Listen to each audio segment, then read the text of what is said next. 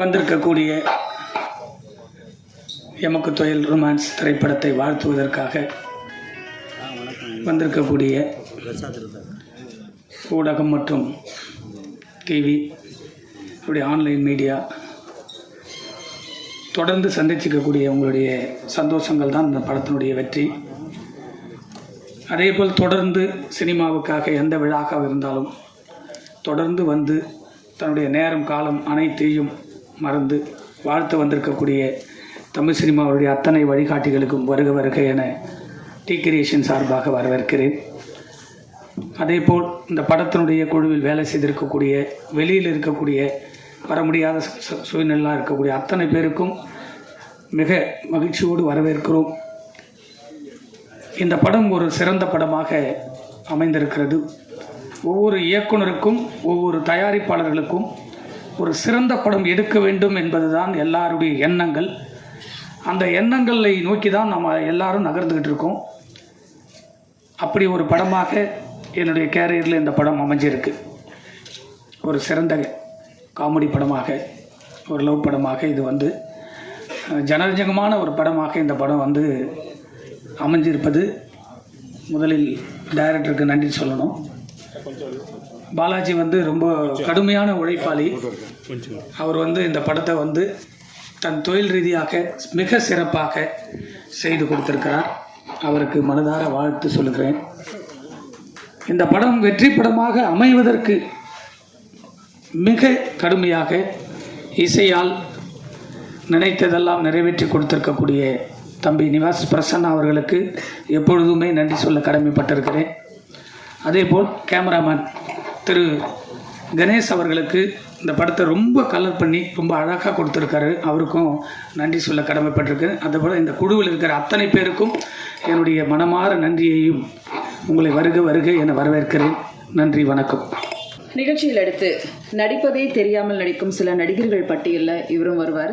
நடுவில் கொஞ்சம் பக்கத்தை காணும். 12 வருஷங்களாக தொடர்ந்து குட் நைட், ப்ளூ ஸ்டார் என்று தொடரும் வெற்றிகள். அழைக்கிறோம் பக்ஸ் என்ற பகவதி பெருமாள் அவர்களை. ஊடக பத்திரிகையாளர் நண்பர்கள் அனைவருக்கும் வணக்கம். மேடையில் இருக்கும் பெரியவர்கள் அனைவருக்கும் வணக்கம். இது ஒரு ரொம்ப ஒரு இனிய காலையாக இருக்கும்னு நினைக்கிறேன். ஏன்னா இந்த படத்தில் ஒர்க் பண்ணது வந்து ஒரு ரொம்ப சந்தோஷமான ஜாலியாக ஃபன். எங்களுக்கு படம் பண்ணும் பொழுது நிறைய படங்களில் அந்த அனுபவம் தான் நடிகர்களாக எங்களுக்கு இருக்கும். பட் ஆடியன்ஸுக்கு வந்து கொஞ்சம் டார்ச்சர் பண்ணுற மாதிரி ஆயிரும். பட் இந்த படத்தில் வந்து எல்லாமே வந்து நாங்கள் எந்த அளவுக்கு என்ஜாய் பண்ணியிருக்கோமோ அது ஸ்க்ரீன்லேயும் ஒர்க் அவுட் ஆகிட்டுருக்கு. அதை எவ்ரி டைம் வந்து டெக்னீஷியன்ஸ் போஸ்ட் ப்ரொடக்ஷனில் பார்க்கும்பொழுது சரி, பிஸ்னஸுக்காக பார்க்கும்பொழுதும் சரி, அந்த ரியாக்ஷன்ஸ் வந்து ரொம்ப என்கரேஜிங்காக இருக்குது. ஸோ இது ஐம் ஜஸ்ட் வெயிட்டிங்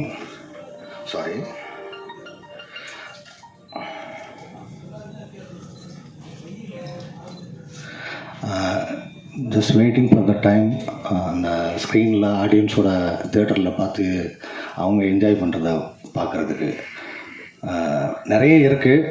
பட் மேடையில் இருக்கிறவங்க எல்லாமே பெரிய ஆளுங்க, நிறைய பேசணும். அதனால் நான் நன்றி சொல்லி விடைபெற்றுக் கொள்கிறேன். நன்றி, வணக்கம். வில்லன் முகம் இல்லை, ஆனால் பிள்ளை குணம்தான். 10 செகண்டில் 10,000 வார்த்தைகள் பேசி மூச்சடைக்க முன்னாடி வந்து நின்ற யூடியூபர், ஹீரோக்களின் நண்பன் விஜய் வரதராஜ் அவர்களை சில வார்த்தைகள் பேச அழைக்கிறோம். ரொம்ப நன்றி எல்லாருக்கும். அவர் வந்து பேசல, ஸோ ஆன்லைனில் பார்த்துருப்பீங்க யூடியூப்பில். ஸோ நிவாஸ்க்கு வாழ்த்துக்கள். அவரோட ஃபங்க்ஷன் அது, அவரோட காலேஜில் என்னோட ஜூனியர் அவர். ஸோ அதை நான் சொல்லிக்கிறேன். ஸோ முதல்ல டேரக்டர் வந்து எனக்கு ரொம்ப பிடிச்ச டேரக்டர். அவரே வீட்டில் சாப்பாடெலாம் கட்டி டெய்லி கொண்டு வந்துடுவார். அமைதியாக சமத்தாக உட்காந்து ரொம்ப சாஃப்டாக ரொம்ப என்ஜாய் பண்ண அவரோட வேலை பார்த்ததில்ல. அப்புறம் ரொம்ப பிடிச்சது பாலாஜி தண்டேதனோட பெரிய ஃபேன் நான். அவர் கூட ஒரு சீன் ஒன்று நடித்தேன். ஸோ அது எனக்கு மறக்கவே முடியாது. அதனால் அப்படியே வர வாழ்த்துக்கள். ரொம்ப ஹாப்பியான விஷயம், நடித்து முடித்தோடனே சாயந்தரமே கவரில் சம்பளம் வந்துடும். ஸோ அது ரொம்ப சந்தோஷமாக இருந்துச்சு எனக்கு. ஸோ நன்றி. ஸோ எல்லாருக்கும் வாழ்த்துக்கள். நிவாஸ்க்கு வாழ்த்துக்கள். டைரக்டருக்கு படத்துக்கு வாழ்த்துக்கள். நன்றி. குமரி தமிழும் கோடம்பாக்க புகழும் எப்போதும் இவருக்கு உண்டு. தெளிந்த நடிப்பு, தேர்ந்தெடுத்த கதைப்பிடிப்பு, எடுத்தது 4 படம், கொடுத்தது 40 படத்துக்கு மேல். அழகிய ஹீரோக்களின் அப்பாவாக எப்போதும் தமிழ் சினிமாவில் வலம் வரக்கூடிய இயக்குனர் நடிகர் திரு அழகம் பெருமாள் அவர்களை உங்களுடன் பேச அழைக்கிறோம். அனைவருக்கும் வணக்கம்.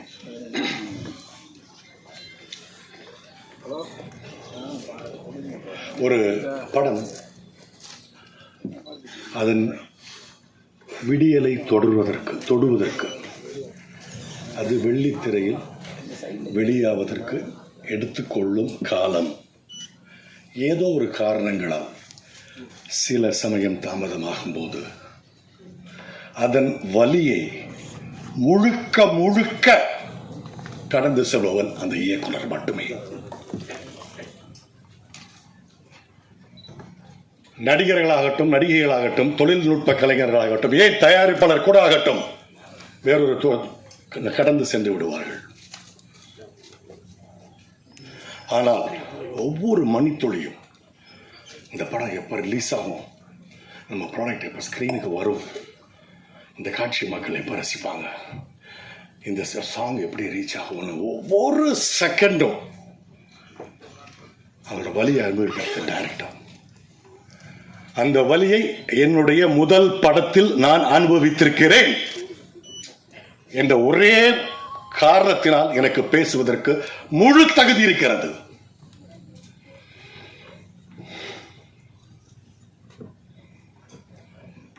சினிமா தொழில் பொழுதுபோக்கு தொழில் அல்ல. இது உழைப்பை கோரும் தொழில். இது அர்ப்பணிப்பை கோரும் தொழில். பக்கத்து தெரு மச்சான் சொன்னா, எழுத்த வீட்டில் இருக்கிற மாப்பிள்ளை சொன்னா 30 வருஷமா சினிமாவில் அசிஸ்டன்ட் டைரக்டரா இருக்கான், படம் எடுத்தா இங்க வித்துறலாம், அங்க இப்படிலாம் வராதீங்க தயவு செய்து. திரும்பவும் சொல்கிறேன், இது அர்ப்பணிப்பை கோரும் தொழில், உழைப்பை கோரும் தொழில். இது பொழுதுபோக்கு தொழில் அல்ல. எத்தனை வருஷம் தெரியுமா அந்த பையன்? ஓகே, இந்த படத்தில் நடிக்காட்டா கூட இப்படி ஒரு படம், இந்த ஒரு விஷயத்தை நீங்க வாங்கினா கட்டாயமா வந்திருப்பேன், பேசியிருப்பேன். இன்னைக்கு இருக்கிற மேடையில் இருக்கிற இவ்வளவு பேர்ல எத்தனை பேர் இந்த படத்துல இன்வால்வ் ஆனவங்க, எத்தனை பேர் இந்த படத்தில் நடிச்சவங்க, எத்தனை பேர் இந்த படத்துல சம்பளம் வாங்கினவங்க? கிடையாது. ஏன்னா அவங்களுக்கு வேற வேற வேற வேற ப்ரையாரிட்டி இருக்கு. ஆனா இந்த டைரக்டருக்கு இந்த ஒரு படத்துக்கு போக முடியுமா? ஓகே, ஸோ பாலாஜிக்கு என்னுடைய வாழ்த்துக்கள். மீண்டும் இந்த படத்தை வேறொரு படத்தை எடுத்து செய்யக்கூடிய அவங்க யாருன்னு தெரியும், அந்த ப்ரொடியூசர்ஸ் திருமலை, உங்களுக்கு என்னுடைய வாழ்த்துக்கள். நல்ல ஒரு பெரிய புண்ணியம் செஞ்சுருக்கீங்க. என்னுடைய அண்ணன்கள் இருக்காங்க, என்னுடைய அப்பாக்கள் இருக்காங்க, சினிமாவில் உள்ள அப்பாக்கள் இங்கே இருக்காங்க, பெரியவங்கள்லாம் இருக்காங்க. என்னால் கண்ட்ரோல் பண்ண முடியல, அந்த அளவுக்கான ஒரு பெயின். இனி மேல் இது இந்த நமது தொழில் நிறைய படங்களுக்கு இந்த ஒரு அனுபவம் நடக்காமல் இருக்கிறதுக்காக கொஞ்சம் பார்த்துக்கோங்க. அதுதான் நான் உங்கள்கிட்ட கேட்குற ரெக்வஸ்ட். நன்றி. 2011, 2012 பல நம்பிக்கைக்குரிய இயக்குநர்களை தமிழ் சினிமாவில் அறிமுகமானார்கள். பாலாஜி மோகன், எம் ராஜேஷ், பா ரஞ்சித், SR பிரபாகரன், விக்னேஷ் சிவன், தியாகராஜன், குமார் ராஜா. இவர்கள் வரிசையில் பாலாஜி தரணிதரன் ஒரு உண்மையான கதை எடுத்து அதில் வெற்றியும் பெற்றவர். நடுவில் கொஞ்சம் பக்கத்தை காணும் படம். அந்த படத்தை மட்டுமல்ல, இந்த படத்திலும் ஒரு சிறப்பு தோற்றத்தில் நடித்திருக்கக்கூடிய திரு பாலாஜி தரணிதரன் அவர்களை உங்கள் முன் பேச அழைக்கிறோம். அனைவருக்கும் வணக்கம். பாலாஜி கேசவனை எனக்கு ஒரு 20 வருஷத்துக்கு மேலேருந்து தெரியும். ரொம்ப ஒரு ரசனையான ஒரு மனிதர், ரொம்ப நல்ல மனிதர். அவரோட படத்துக்காக நான் ரொம்ப நாளாக வெயிட்டிங். இந்த படம் வந்து ஒரு நல்ல ரொமான்டிக் காமெடி, ஒரு லைட் ஹார்ட்டட் படம். நான் இந்த படம் பார்த்துட்டேன். படம் ரொம்ப நல்லா வந்திருக்கு. எல்லாருக்கும் இந்த படம் பிடிக்கும்னு நினைக்கிறேன். டீமுக்கு என்னுடைய வாழ்த்துக்கள், நிவாஸ் பிரசனாக்கு என்னுடைய வாழ்த்துக்கள். நன்றி. சிகரத்தின் சினிமா பள்ளியிலிருந்து வந்த புள்ளி இவர். சின்னத்திரை பெரிய திரை என்று அசால்ட் காமெடியில் அசத்தியவர். பல குரல் மன்னனாய் மண்ணில் பெருமையை பெயர்த்தவர். எங்கே கிரிக்கெட் கமெண்ட்ரி பார்த்தாலும் இவர் முகம்தான் வந்து போகும். சிரித்தே மனம் வெந்து போகும். நடிகர் படவா கோபி அவர்களை உங்கள் முன் பேச அழைக்கிறோம். அனைவருக்கும் காலை வணக்கம். இந்த மேடையில் இந்த படத்தை பற்றி சொல்கிறதுக்கு முன்னாடி எனக்கு என் அண்ணன் ஆர்கே சுப்பிரமணி அவர்களுக்கு மனமார்ந்த நன்றியை நான் என்னுடைய குடும்பத்தின் சார்பாக நான் இந்த இடத்துல தெரிவித்துக்கணும். ஏன்னா இதை விட ஒரு சிறந்த மேடை எனக்கு கிடைக்காது. அவர் எங்கே எந்த மேடையில் பார்த்தா நான் நன்றியை சொல்லிவிடுவேன். ஏன் அப்படின்றதுக்கு நீங்கள் எல்லோரும் யோசிப்பீங்க. இப்போது அண்ணன் அழகம் பெருமாள் சொன்னார் இல்லைங்களா, ஒரு படம் எடுக்கிறது வந்து ஒரு பெரும்பாடு அப்படின்னா அதை ரிலீஸ் பண்ணுறது அதை விட டபுள் கஷ்டமாக இருக்குது. இதை வந்து சிறந்த அனுபவமிக்க பல ஜாம்பவான்களே வந்து சிரமப்படுற இந்த காலகட்டத்தில் நான் ஒரு படம் எடுத்தேன். அதை எடுத்து பண்ணும்போது தான் தெரிஞ்சது, அடடா இது வந்து இவ்வளோ பெரிய காம்ப்ளெக்சிட்டிஸ், பயங்கரமான இவ்வளோ சிக்கல்கள் இருக்கக்கூடிய ஒரு விஷயத்தை நம்ம எப்படி பண்ண போகிறோம் அப்படின்னு யோசிக்கும்போது ரொம்ப கஷ்டத்தில் அதை பண்ண முடியாமல் போச்சு. ஸோ அந்த நேரத்தில் கரெக்டான ஒரு காலகட்டத்தில் என்னையும் என் குடும்பத்தை மீட்டெடுத்து அவர் ஆர்கே சுப்பிரமணி. ஸோ அதனால் இந்த இடத்துல இந்த படம் இவ்வளோ கஷ்டப்பட்டு இந்த படத்தை வெளிவர டைமில் இந்த மேடையில் அது சொல்கிறது அப்ரோப்ரியேட்டாக இருக்குன்றதான் நான் சொன்னேன். நன்றி அண்ணா. இந்த படம் வந்து முடிஞ்ச உடனே எப்போ ரிலீஸ் பண்ணும் அப்படின்னு சொல்லிட்டு பாலாஜிகிட்ட கேட்டுகிட்டே தான் இருப்போம். அது அப்படியே ஒரு காலகட்டத்தில் அப்படியே போயிட்டு இருந்தது. அதுக்கப்புறம் என்னுடைய நடித்த படம் நான் சிரித்தால் படம் ரிலீஸ் ஆச்சு. அப்போது எனக்கு ஒரு நல்ல ஒரு பேர் கிடச்சி அந்த கேரக்டரில். அப்போது நான் பாலாஜிகிட்ட சொல்லுவேன், பாலாஜி இந்த படம் இப்போ ரிலீஸ் பண்ணினா என்னையும் நிறைய பேருக்கு மக்களுக்கு தெரியுது, இன்னும் கொஞ்சம் நல்லா போவோம் பாலாஜி அப்படின்னு. அதுக்கப்புறம் வந்து ஹீரோவுடைய படம் ஓமை கடவுளை, அதுவும் ஹிட் ஆச்சு. ஸோ அவரும் நல்ல ஒரு மார்க்கெட் இருக்கும்போது இப்போ ரிலீஸ் ஆனால் அந்த படம் நல்லாயிருக்கும் அப்படின்னு நாங்கள் பேசிக்கிட்டே இருப்போம் ஒரு டைமும். அதுக்கப்புறம் இந்த கோவிலுக்கு போயிட்டு வாங்க, அந்த கோவிலுக்கு போயிட்டு வாங்க, இந்த மலைக்கு போயிட்டு வாங்க இப்படிலாம் சொல்லி என் பேச்சை கேட்டு தான் பாலாஜி வந்து வெள்ளியங்கிரி மலைக்கு போயிட்டு வந்தார். அதுக்கப்புறம் சொன்னார், இனிமேல் அந்த மலைக்கு நான் போகவே மாட்டேன்னு அப்படின்னு. ஸோ அதனால் இவ்வளவு காலகட்டங்களில் இவ்வளவு கடினங்களுக்கு பிறகு, இவ்வளோ கஷ்டத்துக்கு பிறகு இந்த படம் வந்து ரிலீஸ் ஆகுது அப்படின்னு நினைக்கும்போது பாலாஜிக்காக நாங்கள் எல்லோரும் ரொம்ப சந்தோஷப்படுறோம், ரொம்ப பெருமைப்படுறோம். பாலாஜி ஏன்னா ஒரு ரொமான்ஸ் எல்லாருக்குமே பிடிக்கும், ஃபன்னும் ரொம்ப எல்லாருக்கும் பிடிக்கும். ஸோ என்றைக்குமே வந்து ஒரு ஸ்டோரியில் ஒரு ஃபில்ம் பேஸில் ராம்காம் வந்து என்றைக்குமே ஒரு பெரிய ஹிட்டான ஒரு கான்செப்ட். எங்கள் அன்பேவாலேருந்து எடுத்திங்கன்னா ஸோ அந்த மாதிரியான ஒரு ஃபுல் ஃபன் இந்த படத்தில் ஒரு ஆரோக்கியமான நகைச்சுவை தந்திருக்கார் பாலாஜி. அவருக்கு மனமார்ந்த பாராட்டுகள். மியூசிக் டைரக்டர் நிவாஸ், இது உங்களுடைய ஈவெண்ட்டு. ஸோ கண்டிப்பாக உங்களுக்கு இது வந்து ஒரு பெரிய ஒரு மேடையாக அமையும், நிறைய பாராட்டுகள் வரும்ன்ற வாழ்த்துக்களோடு அனைவருக்கும் நன்றி கூறி இந்த வாய்ப்புக்கு எனக்கு தந்ததுக்கு பாலாஜி எல்லாருக்கும் என்னுடைய மனமார்ந்த நன்றி. ப்ரொடியூசர் சார், உங்களுக்கு என்னுடைய மனமார்ந்த நன்றி. இந்த படம் வந்து ஒரு மிகப்பெரிய வெற்றி அடையும். அனைவருடைய வாழ்த்துக்களும் அன்போடும் நன்றி, வணக்கம். நாடகங்கள் இன்றும் உயிர் பெறும் என்ற உண்மையை நம்பிக்கையோடு ஜமா திரைப்படமாக வெளியிடவுள்ள தயாரிப்பாளர் வெளியீட்டாளர் திரு அலெக்சாண்டர் அவர்களை பேச அழைக்கிறோம்.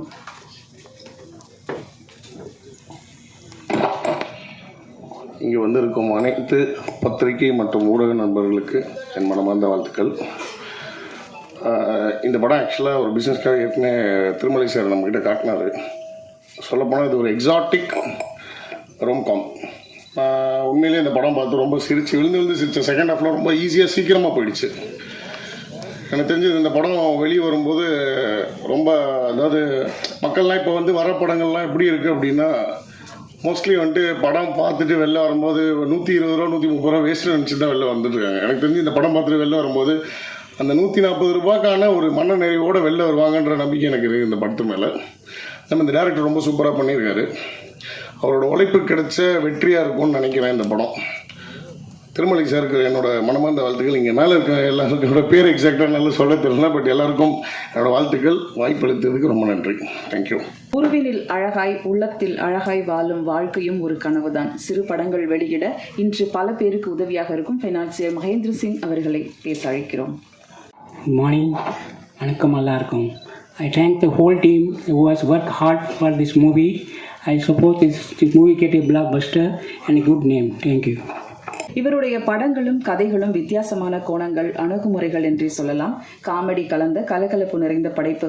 பெண்ணுக்குள்ளும் வீரம் விதைத்த கட்டா குஸ்தி இயக்குனர் செல்ல ஐயாவு அவர்களை பேச அழைக்கிறோம். எல்லாருக்கும் வணக்கம். டேரக்டர் பாலாஜியும் நானும் அசிஸ்டன்ட் டைரக்டராக ஒர்க் பண்ண காலகட்டத்திலேருந்து ஃப்ரெண்ட்ஸு. பாலாஜி சினிமாவை ரொம்ப நேசிக்கிறவர், ரொம்ப நேர்மையான மனிதர். அவரோட நேர்மையே அவருக்கு நிறைய சமயங்களில் இடையூறாக அமைஞ்சிருக்கு. ஆக்சுவலாக இந்த படம் வந்து சில காரணங்களால் டிலே ஆகும்போது நான் அவர்கிட்ட சொல்லியிருக்கேன், அந்த படம் வரும்போது வரட்டும், நீங்கள் அடுத்த படத்துக்கான வேலைகளை ஆரம்பிங்க அப்படின்னு. ஆனால் அவர் இல்லை, இந்த படம் முதல் படம் ஆரம்பிச்சிட்டோம், அதை முடிச்சுட்டு நல்லபடியாக வெளியிட்டுட்டு அதுக்கப்புறம் தான் அடுத்த படத்துக்கான வேலைகளை ஆரம்பிக்கணும் அப்படின்றதில் ஒரு ரொம்ப தீர்க்கமாக இருந்தார். அவரோட உழைப்புக்கும் அவரோட காத்திருப்புக்கும் கண்டிப்பாக பெரிய பலன் கிடைக்கும். இந்த படம் பெரிய வெற்றி அடையும். அவருக்கு என்னோடய வாழ்த்துக்கள், டீமுக்கும் என்னோடய வாழ்த்துக்கள். நன்றி. அலை போல் வாழ்க்கை வாழ்பவன் மண்ணில் வரலாறாய் வந்து நிற்பான் என்பது போல் கண்ணீர்க்குள்ளும் பெண்ணீர்க்குள்ளும் காதல் கவிதை சொன்ன இயக்குனர் எழில் அவர்களை பேச அழைக்கிறோம். அனைவருக்கும் வணக்கம். மேடையில் அமர்ந்திருக்கும் செல்வமணி சார் அவர்களுக்கும், ராஜன் சார் அவர்களுக்கும், ராதாகிருஷ்ணன் சார் அவர்களுக்கும், இயக்குனர் தியாகராஜன் சார் அவர்களுக்கும், அழகன் பெருமாள் அவர்களுக்கும் மற்றும் நிறைய பேர் தெரியல எனக்கு, தப்பாக நினச்சிக்காதீங்க. அத்தனை பேருக்கும் முதற்கண் மரியாதை தெரிவித்தேன். இந்த படம் வந்து திருமலையோட எத்தனாவது படம் தெரியல, ப்ரொடியூசராக அவர் பட்ட கஷ்டங்கள் எனக்கு கணக்கு நேரம் நல்லா தெரியும். எனக்கு ஒரு அற்புதமான ஒரு மனிதர் திருமலை.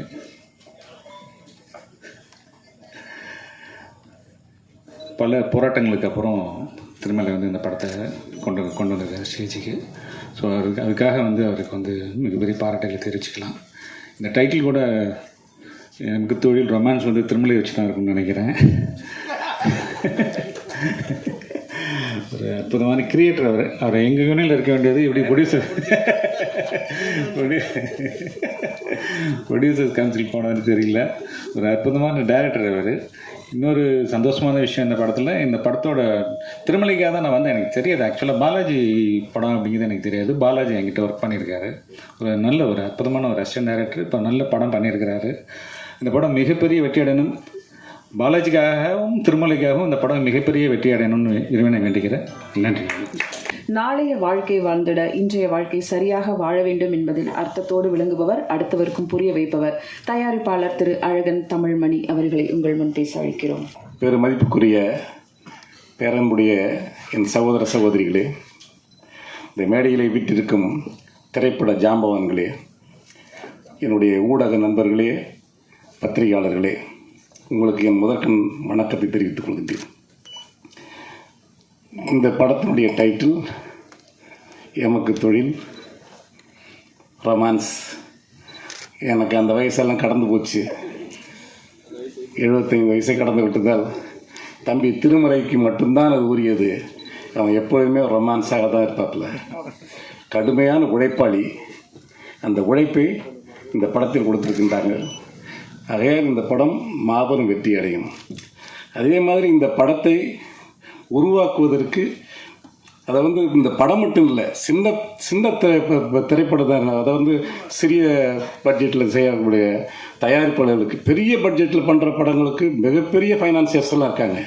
ஆனால் அந்த மாதிரி சின்ன தயாரிப்பாளர்களுக்கு கை கொடுத்து உதவுற ஒரு திருப்பதி வெங்கடாஜலபதியாக மகேந்திரன் நகர் அவருடைய உழைப்பில் இந்த படம் வந்து அவரும் தம்பி திருமலையும் சேர்ந்து இந்த படத்தை வந்து உருவாக்கியிருக்கிறாங்க.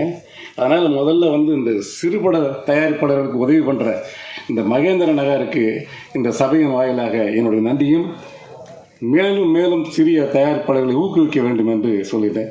அதே மாதிரி எங்கள் அண்ணன் கே ராஜன், அவர் திட்டுவார், சண்டை போடுவார், பேசுவார், ஆனால் உரிமையோடு எல்லாத்தையும் பண்ணுவார்.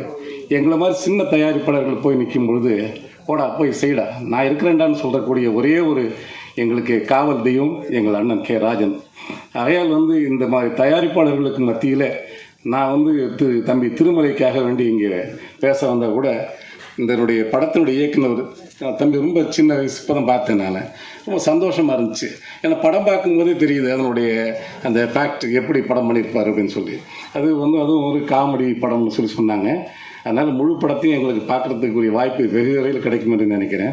இந்த படம் மாபெரும் வெற்றியடைய என்னுடைய சிறந்தாழ்ந்த வாழ்த்துக்களை தெரிவித்துக் கொள்கின்றேன். நன்றி, வணக்கம். சிறு துரும்பையும் உறவென மதித்து மரியாதை செய்யும் மாண்புமிகு மனிதராக திரு ராதாகிருஷ்ணன் சார் அவர்களை மேடைக்கு பேச அழைக்கிறோம். இசை வெளியீட்டு விழாவினுடைய நிகழ்ச்சியில் பங்கேற்றிருக்க பெப்சியினுடைய தலைவர் அண்ணன் ஆர்கே செல்லுமணி அவர்களே, தமிழ் திரைப்பட தயாரிப்பாளர் நடப்பு சங்கத்தினுடைய செயலாளர் அருமை அண்ணன் சிவா அவர்களே, சென்னை, காஞ்சிபுரம், செங்கல்பட்டு விநியோகர் சங்கத்தினுடைய தலைவர், என்னாலும் எங்களுக்கு உறுதுணையாக இருக்கிற அண்ணன் கே ராஜன் அவர்களே, மேடையில் வீட்டிருக்கிற தமிழ் திரைப்பட தயாரிப்பாளர் சங்கத்தினுடைய செயற்குழு உறுப்பினர்கள் அருமை அண்ணன் அழகன் தமிழ்மணி அவர்களே, சகோதரர் பழனிவேல் அவர்களே, மற்றும் மேடையிலே வீற்றிருக்கிற இயக்குனர் எழில் உள்ளிட்ட திரையுலக ஜாம்பவான்களே, அரங்கத்திலே வீற்றிருக்கிற பெரியோர்களே, தாய்மார்களே, ஊடக நண்பர்களே, உங்கள் அனைவருக்கும் இனிய காலை வணக்கத்தை தெரிவித்து, அருமை சகோதரர் திருமலையுடைய டி கிரியேஷன்ஸ் எமக்கு தொழில் ரொமான்ஸ் இசை வெளியீட்டு விழா வெற்றிகரமாக நடைபெற்று கொண்டிருக்கின்ற தருணத்தில் இந்த படம் மிகப்பெரிய வெற்றியை பெற்று அந்த தயாரிப்பாளர் மீண்டும் மீண்டும் படம் எடுக்கிற சூழலை உருவாக்க வேண்டும், அதற்கு இந்த படம் வெற்றிகளை செய்ய வேண்டும் என்று கேட்கிற இதே நேரத்தில் ஒரு தயாரிப்பாளர் நன்றாக இருந்தால்தான் ஒட்டுமொத்த திரையுலகமும் நன்றாக இருக்கும். ஆகவே இன்றைக்கு இருக்கிற சூழ்நிலையில் திரையுலகமும் தயாரிப்பாளர்கள் மிகவும் இன்னலுக்கு ஆட்பட்டிருக்கிற இந்த சூழலில், இந்த இக்கட்டான சூழ்நிலையிலிருந்து தயாரிப்பாளர்களை மீட்டெடுத்தால் திரையரங்கமாகட்டும், விநியோகஸ்தர்களாகட்டும், பெப்சியுடைய தொழிலாளர்களாகட்டும், எண்ணற்ற திரையுலகை சார்ந்திருக்கிற தொழிலாளர்களும் மிக பயனடைவார்கள் என்ற உயர்ந்த எண்ணத்தில் இப்பொழுது இருக்கிற ஒரு தேக்க நிலையை அகற்ற வேண்டும் என்கிற எண்ணத்தில் நேற்றைக்கு திரையுலகத்தை சார்ந்த தமிழ் திரைப்பட தயாரிப்பாளர் சங்கம், தமிழ் திரைப்பட நடிப்பு தயாரிப்பாளர் சங்கம், விநியோகஸ்தர் சங்கம், திரையரங்கு உரிமையாளர் சங்கம் ஒன்று கூடி எதிர்காலத்தில் தமிழ் திரையுலகம் எப்படி இருக்க வேண்டும் என்று சில முக்கிய முடிவுகளை எடுத்து அறிவிக்க இருக்கிறார்கள். அதை பின்பற்றி நடப்போமானால் நிச்சயமாக எதிர்காலம் தமிழ் திரையுலகம் சிறப்பாக அமையும். அதற்கு உங்களுடைய ஒத்துழைப்பை எல்லாம் தர வேண்டும் என கேட்டு இந்த படக்குழுவுக்கு வாழ்த்து சொல்லி விடைபெறுகிறேன். நன்றி, வணக்கம். வானத்தை தொட முயற்சிப்பவனாக வாழ்க்கை பயணம் தொடங்கியவர், எங்கே இருந்தாலும் அங்கே வெற்றியை நோக்கி ஓடிக்கொண்டிருப்பவர் தயாரிப்பாளர் திருமலை அவர்களை சில வார்த்தைகள் பேச அழைக்கிறோம். நிறைய பேர் கொஞ்சம் லேட்டாக வந்தாங்க, அதுக்காக தான் பேசணுன்ற ஒரு கண்டிஷனில் இங்கே வந்து நிறைய எமோஷனல் இருக்குது, அதெல்லாம் வெளியில் சொல்லக்கூடாதுன்னு பார்க்குறோம். ஒரு நல்ல கதை தான் தமிழ் சினிமாவை உச்சத்துக்கு கொண்டு போகுது. அந்த நல்ல கதையை உருவாக்குவதற்கு ஒரு நல்ல தயாரிப்பாளர் இருந்தால் மட்டும்தான் அந்த படம் வெளிவரும். இல்லைன்னா எவ்வளோ பெரிய உச்சத்தில் இருக்கக்கூடிய நடிகனாக இருந்தாலும், நடிகையாக இருந்தாலும், எவ்வளோ பெரிய டெக்னீஷியனாக இருந்தாலும் அந்த படம் தடைப்பட்டு தான் இருக்கும். அப்படி எண்ணற்ற படங்கள், நல்ல கதைகள் கொண்ட நல்ல படங்கள் எல்லாம் பாதியிலே எடுக்கப்பட்டு நிறுத்தப்பட்டிருக்கிறது. படத்தை முடித்துவிட்டு நிறுத்தப்பட்டிருக்கிறது.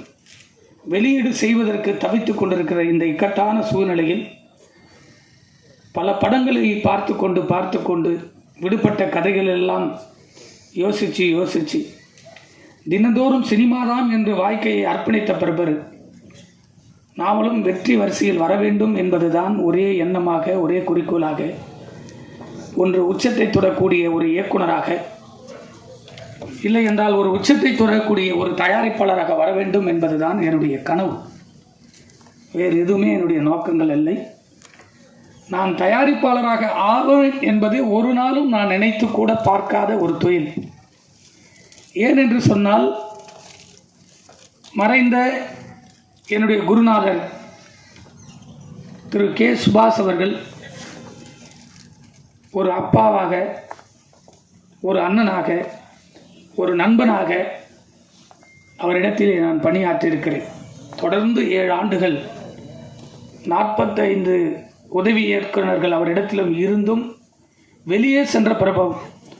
அவருடைய வழியிலே இவ்வளவு படங்கள் எடுத்திருக்கிறார், இவ்வளவு படங்களை வெளியிட்டு இருக்கிறார். நாம் ஒரு இயக்குனராக வெளியே வரும்போது மிகவும் ஜாக்கிரதையாக சினிமாவை கையாள வேண்டும் என்பது அவரிடத்தில் இருந்ததான் நான் பயிற்சி எடுத்தேன். அப்பொழுது என்னுடைய மனதிலே தோன்றியது,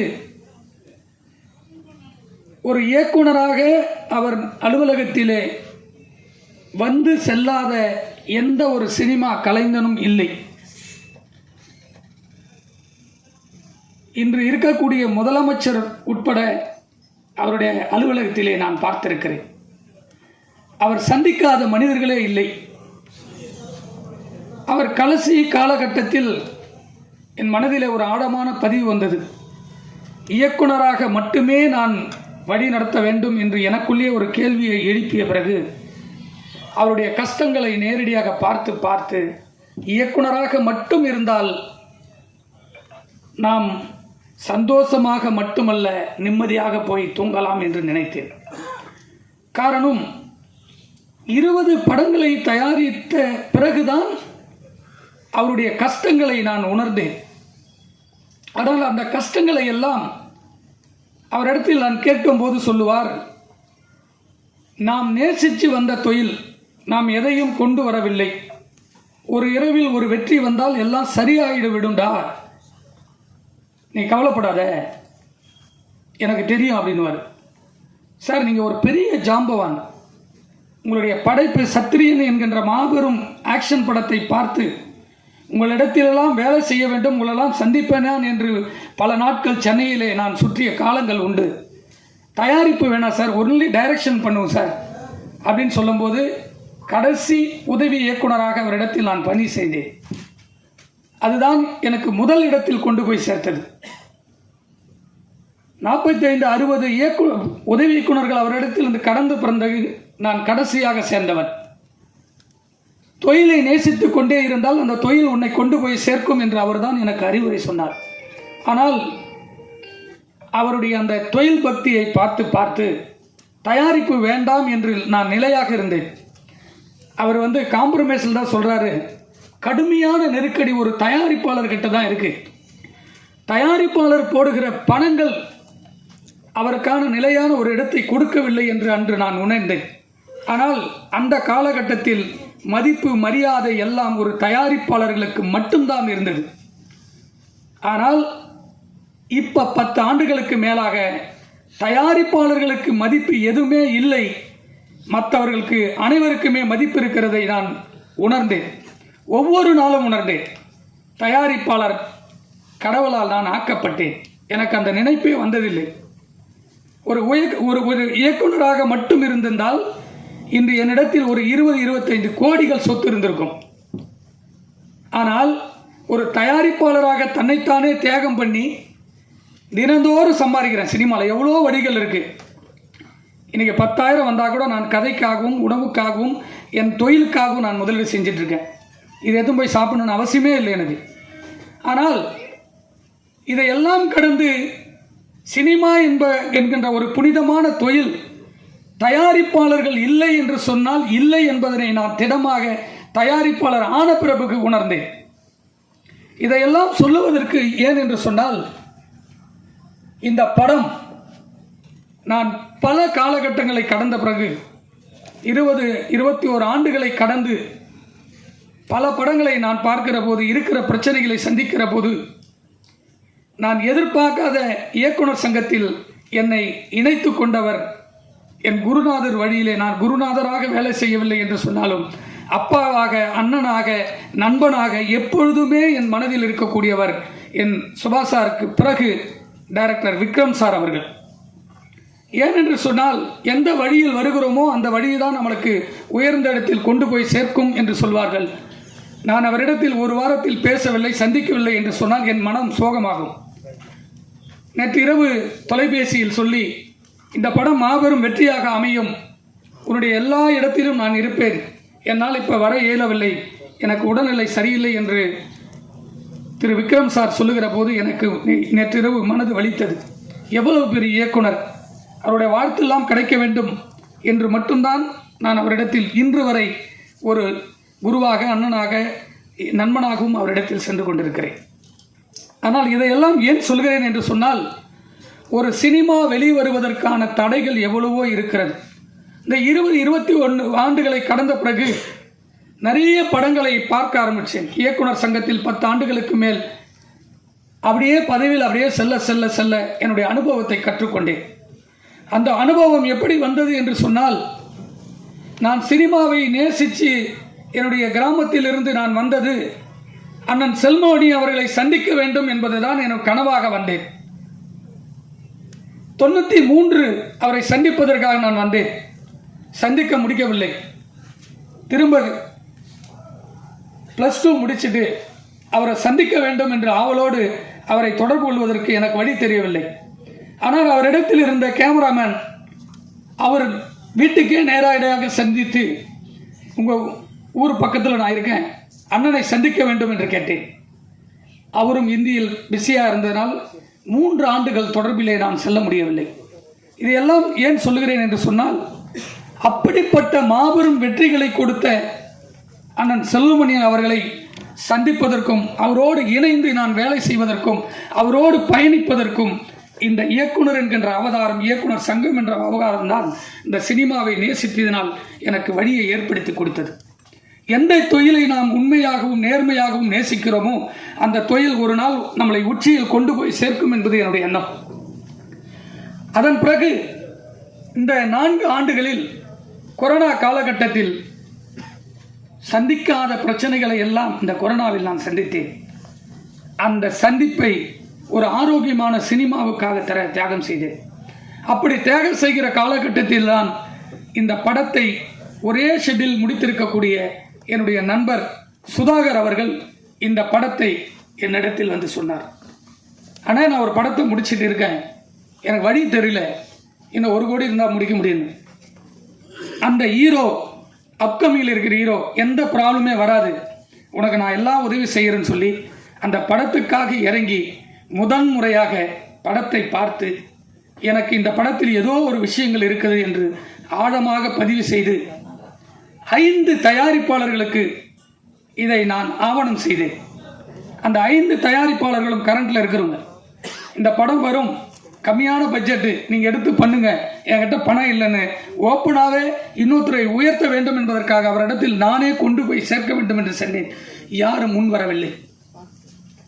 அதன் பிறகு சுதாவே வைத்து படத்தை முடித்து விடுவோம் என்று நான் எப்பொழுதும் மதிக்கக்கூடிய, எனக்கு அப்பாவாக இருக்கக்கூடிய இடத்தில் எப்பொழுதும் எனக்கு தமிழ் சினிமாவில் யாரெல்லாம் ஒருவர் நல்லவர்களுக்கு கை தூக்கி கொடுப்பார்கள், அந்த துணை எப்பொழுது வரும் என்று சொன்னால், உண்மையான நேர்மையான எண்ணங்களோடு செயல்பட்டால் கடவுள் ஏதோ ரூபத்தில் நம்மளுக்கு எடுத்து சேர்ப்பார். அப்படி கடவுள் ரூபத்தில் வந்தவர் தான் திரு மகேந்திர குமார் அவர்கள். அந்த படத்தை முடிப்பதற்கு தொடர்ந்து 3 ஆண்டுகள் போராடி ஒரு பணத்தையும் ரெடி செய்துவிட்டு ஒரு நடிகனையும் நடிகையும் தேடி அலைவது இருக்கிறதே, கொடுமையினுடைய உச்சம். உதாரணத்துக்கு அந்த படத்தினுடைய நடிகர் அசோக் செல்வன் எத்தனை படங்கள், அவரும் ஒரு படம் தயாரிச்சிருக்காரு. அந்த படத்தில் எவ்வளவு பிரச்சனை அவங்களுக்கும் தெரியும்.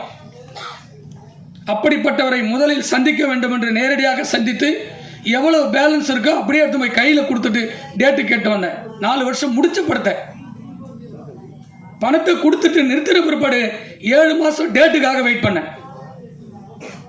அவரு டேட்டு கொடுத்த பிற்பாடு நடிகையுடைய டேட்டு பிரச்சனை. இன்னைக்கு அவருக்கு 2 கோடி சம்பளம் இருக்கலாம், அன்னைக்கு கொடுத்த பணம் 31 லட்சம். 31 லட்சம் இன்னைக்கு பேங்க் வட்டி போட்டா கூட 1 கோடி ரூபாய் வட்டி ஆச்சு. இன்னைக்கு 2 கோடி 3 கோடி நான் ஒரு சம்பளம் சொல்றாரு, வாங்கட்டும், சந்தோஷம். ஒரு இயக்குனரும் ஒரு தயாரிப்பாளர்னா எந்த நடிகையே கிடையாது. இன்னைக்கு 10 கோடி பிசினஸ் ஆகுதுன்னா 10 தயாரிப்பாளர்கள் செத்த பிற்பாடுதான் ஒரு நடிகன் உச்சத்துக்கு போறான். அந்த தயாரிப்பாளரை திரும்பி பார்க்காத எந்த நடிகனும் உச்சிக்கு போய் திரும்ப வந்ததில்லை. கீழே உழுந்து கண்ணுக்கு முன்னாடியே பார்த்துருக்கோம் எவ்வளவு நடிகர் நடிகைகளை. இதுக்காக போராடி டைரக்டர் அழகா சொல்லிட்டு போட்டார். அழகு பெருமாள் சார் அவருடைய படைப்பெல்லாம் பார்த்து பிரமிப்பில் வந்தேன். அவருக்கெல்லாம் அசிஸ்டண்டா சேரணும். அந்த உணர்வு தாங்க தமிழ் சினிமா. ஒரு இயக்குனர் இத்தனை வருஷம் போராடி ஒரு படம் எடுத்து வச்சிருக்காரு. இந்த இயக்குனர் கதை சொல்லி உனக்கு பிடிச்சதானே இந்த படத்துக்கு நடிக்க வந்தீங்க. ஒரு 2 மணி நேரம் 1.5 மாசமா சொல்லிட்டு இருக்கோம். சொல்றோன்னு ஒரு நாள் பதில் இல்லை. ஒரு தயாரிப்பாளர்கள் பணம் கொடுத்தால் மட்டும்தாங்க ஒரு நடிகன் ஷூட்டிங் ஸ்பாட்டுக்கே வர முடியும். வீட்டில இருந்து கிளம்பி வர கார் வரைக்கும், பெட்ரோல் இருந்து கேரவன்ல இருந்து தங்கறதுல இருந்து சாப்பாடுல இருந்து வீட்டுக்கு போற வரைக்கும் ஒரு தயாரிப்பாளருக்கு கொடுக்குற பணம் உனக்கு யாரு? உங்க அப்பா அம்மா கொடுக்கலையே. நீ கல்யாணத்துக்கு அப்புறம் உங்க அப்பா அம்மாவுக்கு ஒரு கார் வாங்கி கொடுக்குறிய, யாருடைய பணம்? ஒரு தயாரிப்பாளர் கொடுத்த பணம். அவங்க எத்தனை சொத்து தாலி தவிர எல்லாத்தையும் வித்து கொடுக்குறாங்க யாருக்கு தெரியும்? ஒரு நடிகன் இந்த படத்துக்கு வந்து ப்ரொமோட் பண்ணும். நான் டெய்லியும் அப்டேட் பார்த்துட்டே இருக்கேன். சூப்பர் ஸ்டார் எல்லா படத்துலையும் வந்து நின்று இன்னைக்கு வரைக்கும் அவர் வரணும்னு அவசியமே இல்லை. வீட்டில் உட்காந்துட்டு இருந்தால் கூட அந்த படம் சூப்பர் ஹிட்டு. ஒவ்வொரு படத்துக்கு வந்து நிற்கிறாரு, வாழ்த்துறாரு. அதுக்கு அடுத்து எல்லா படத்துலையும் ப்ரொமோஷனில் பார்க்குற ஒரே ஒரு அடுத்த சூப்பர் ஸ்டார் விஜய் மட்டும்தான். எல்லா ரசிகர்கள் சந்திர கண்டென்ட் பேசுறாரு, ஒரு படத்தை கொண்டு போய் சேர்க்கிறாரு. அதுக்கப்புறம் பார்க்குறேன் தனுஷ் ஒவ்வொரு படத்திலையும் முன்னாடி நிற்கிறார். ஒரு படம் வெளிவரத்துக்கும் முழு பொறுப்பு, முழு சுதந்திரமோ, முழு உரிமையோ, பல கோடிகளை சம்பாதிக்க போறது ஒரு நடிகன் மட்டும்தான்.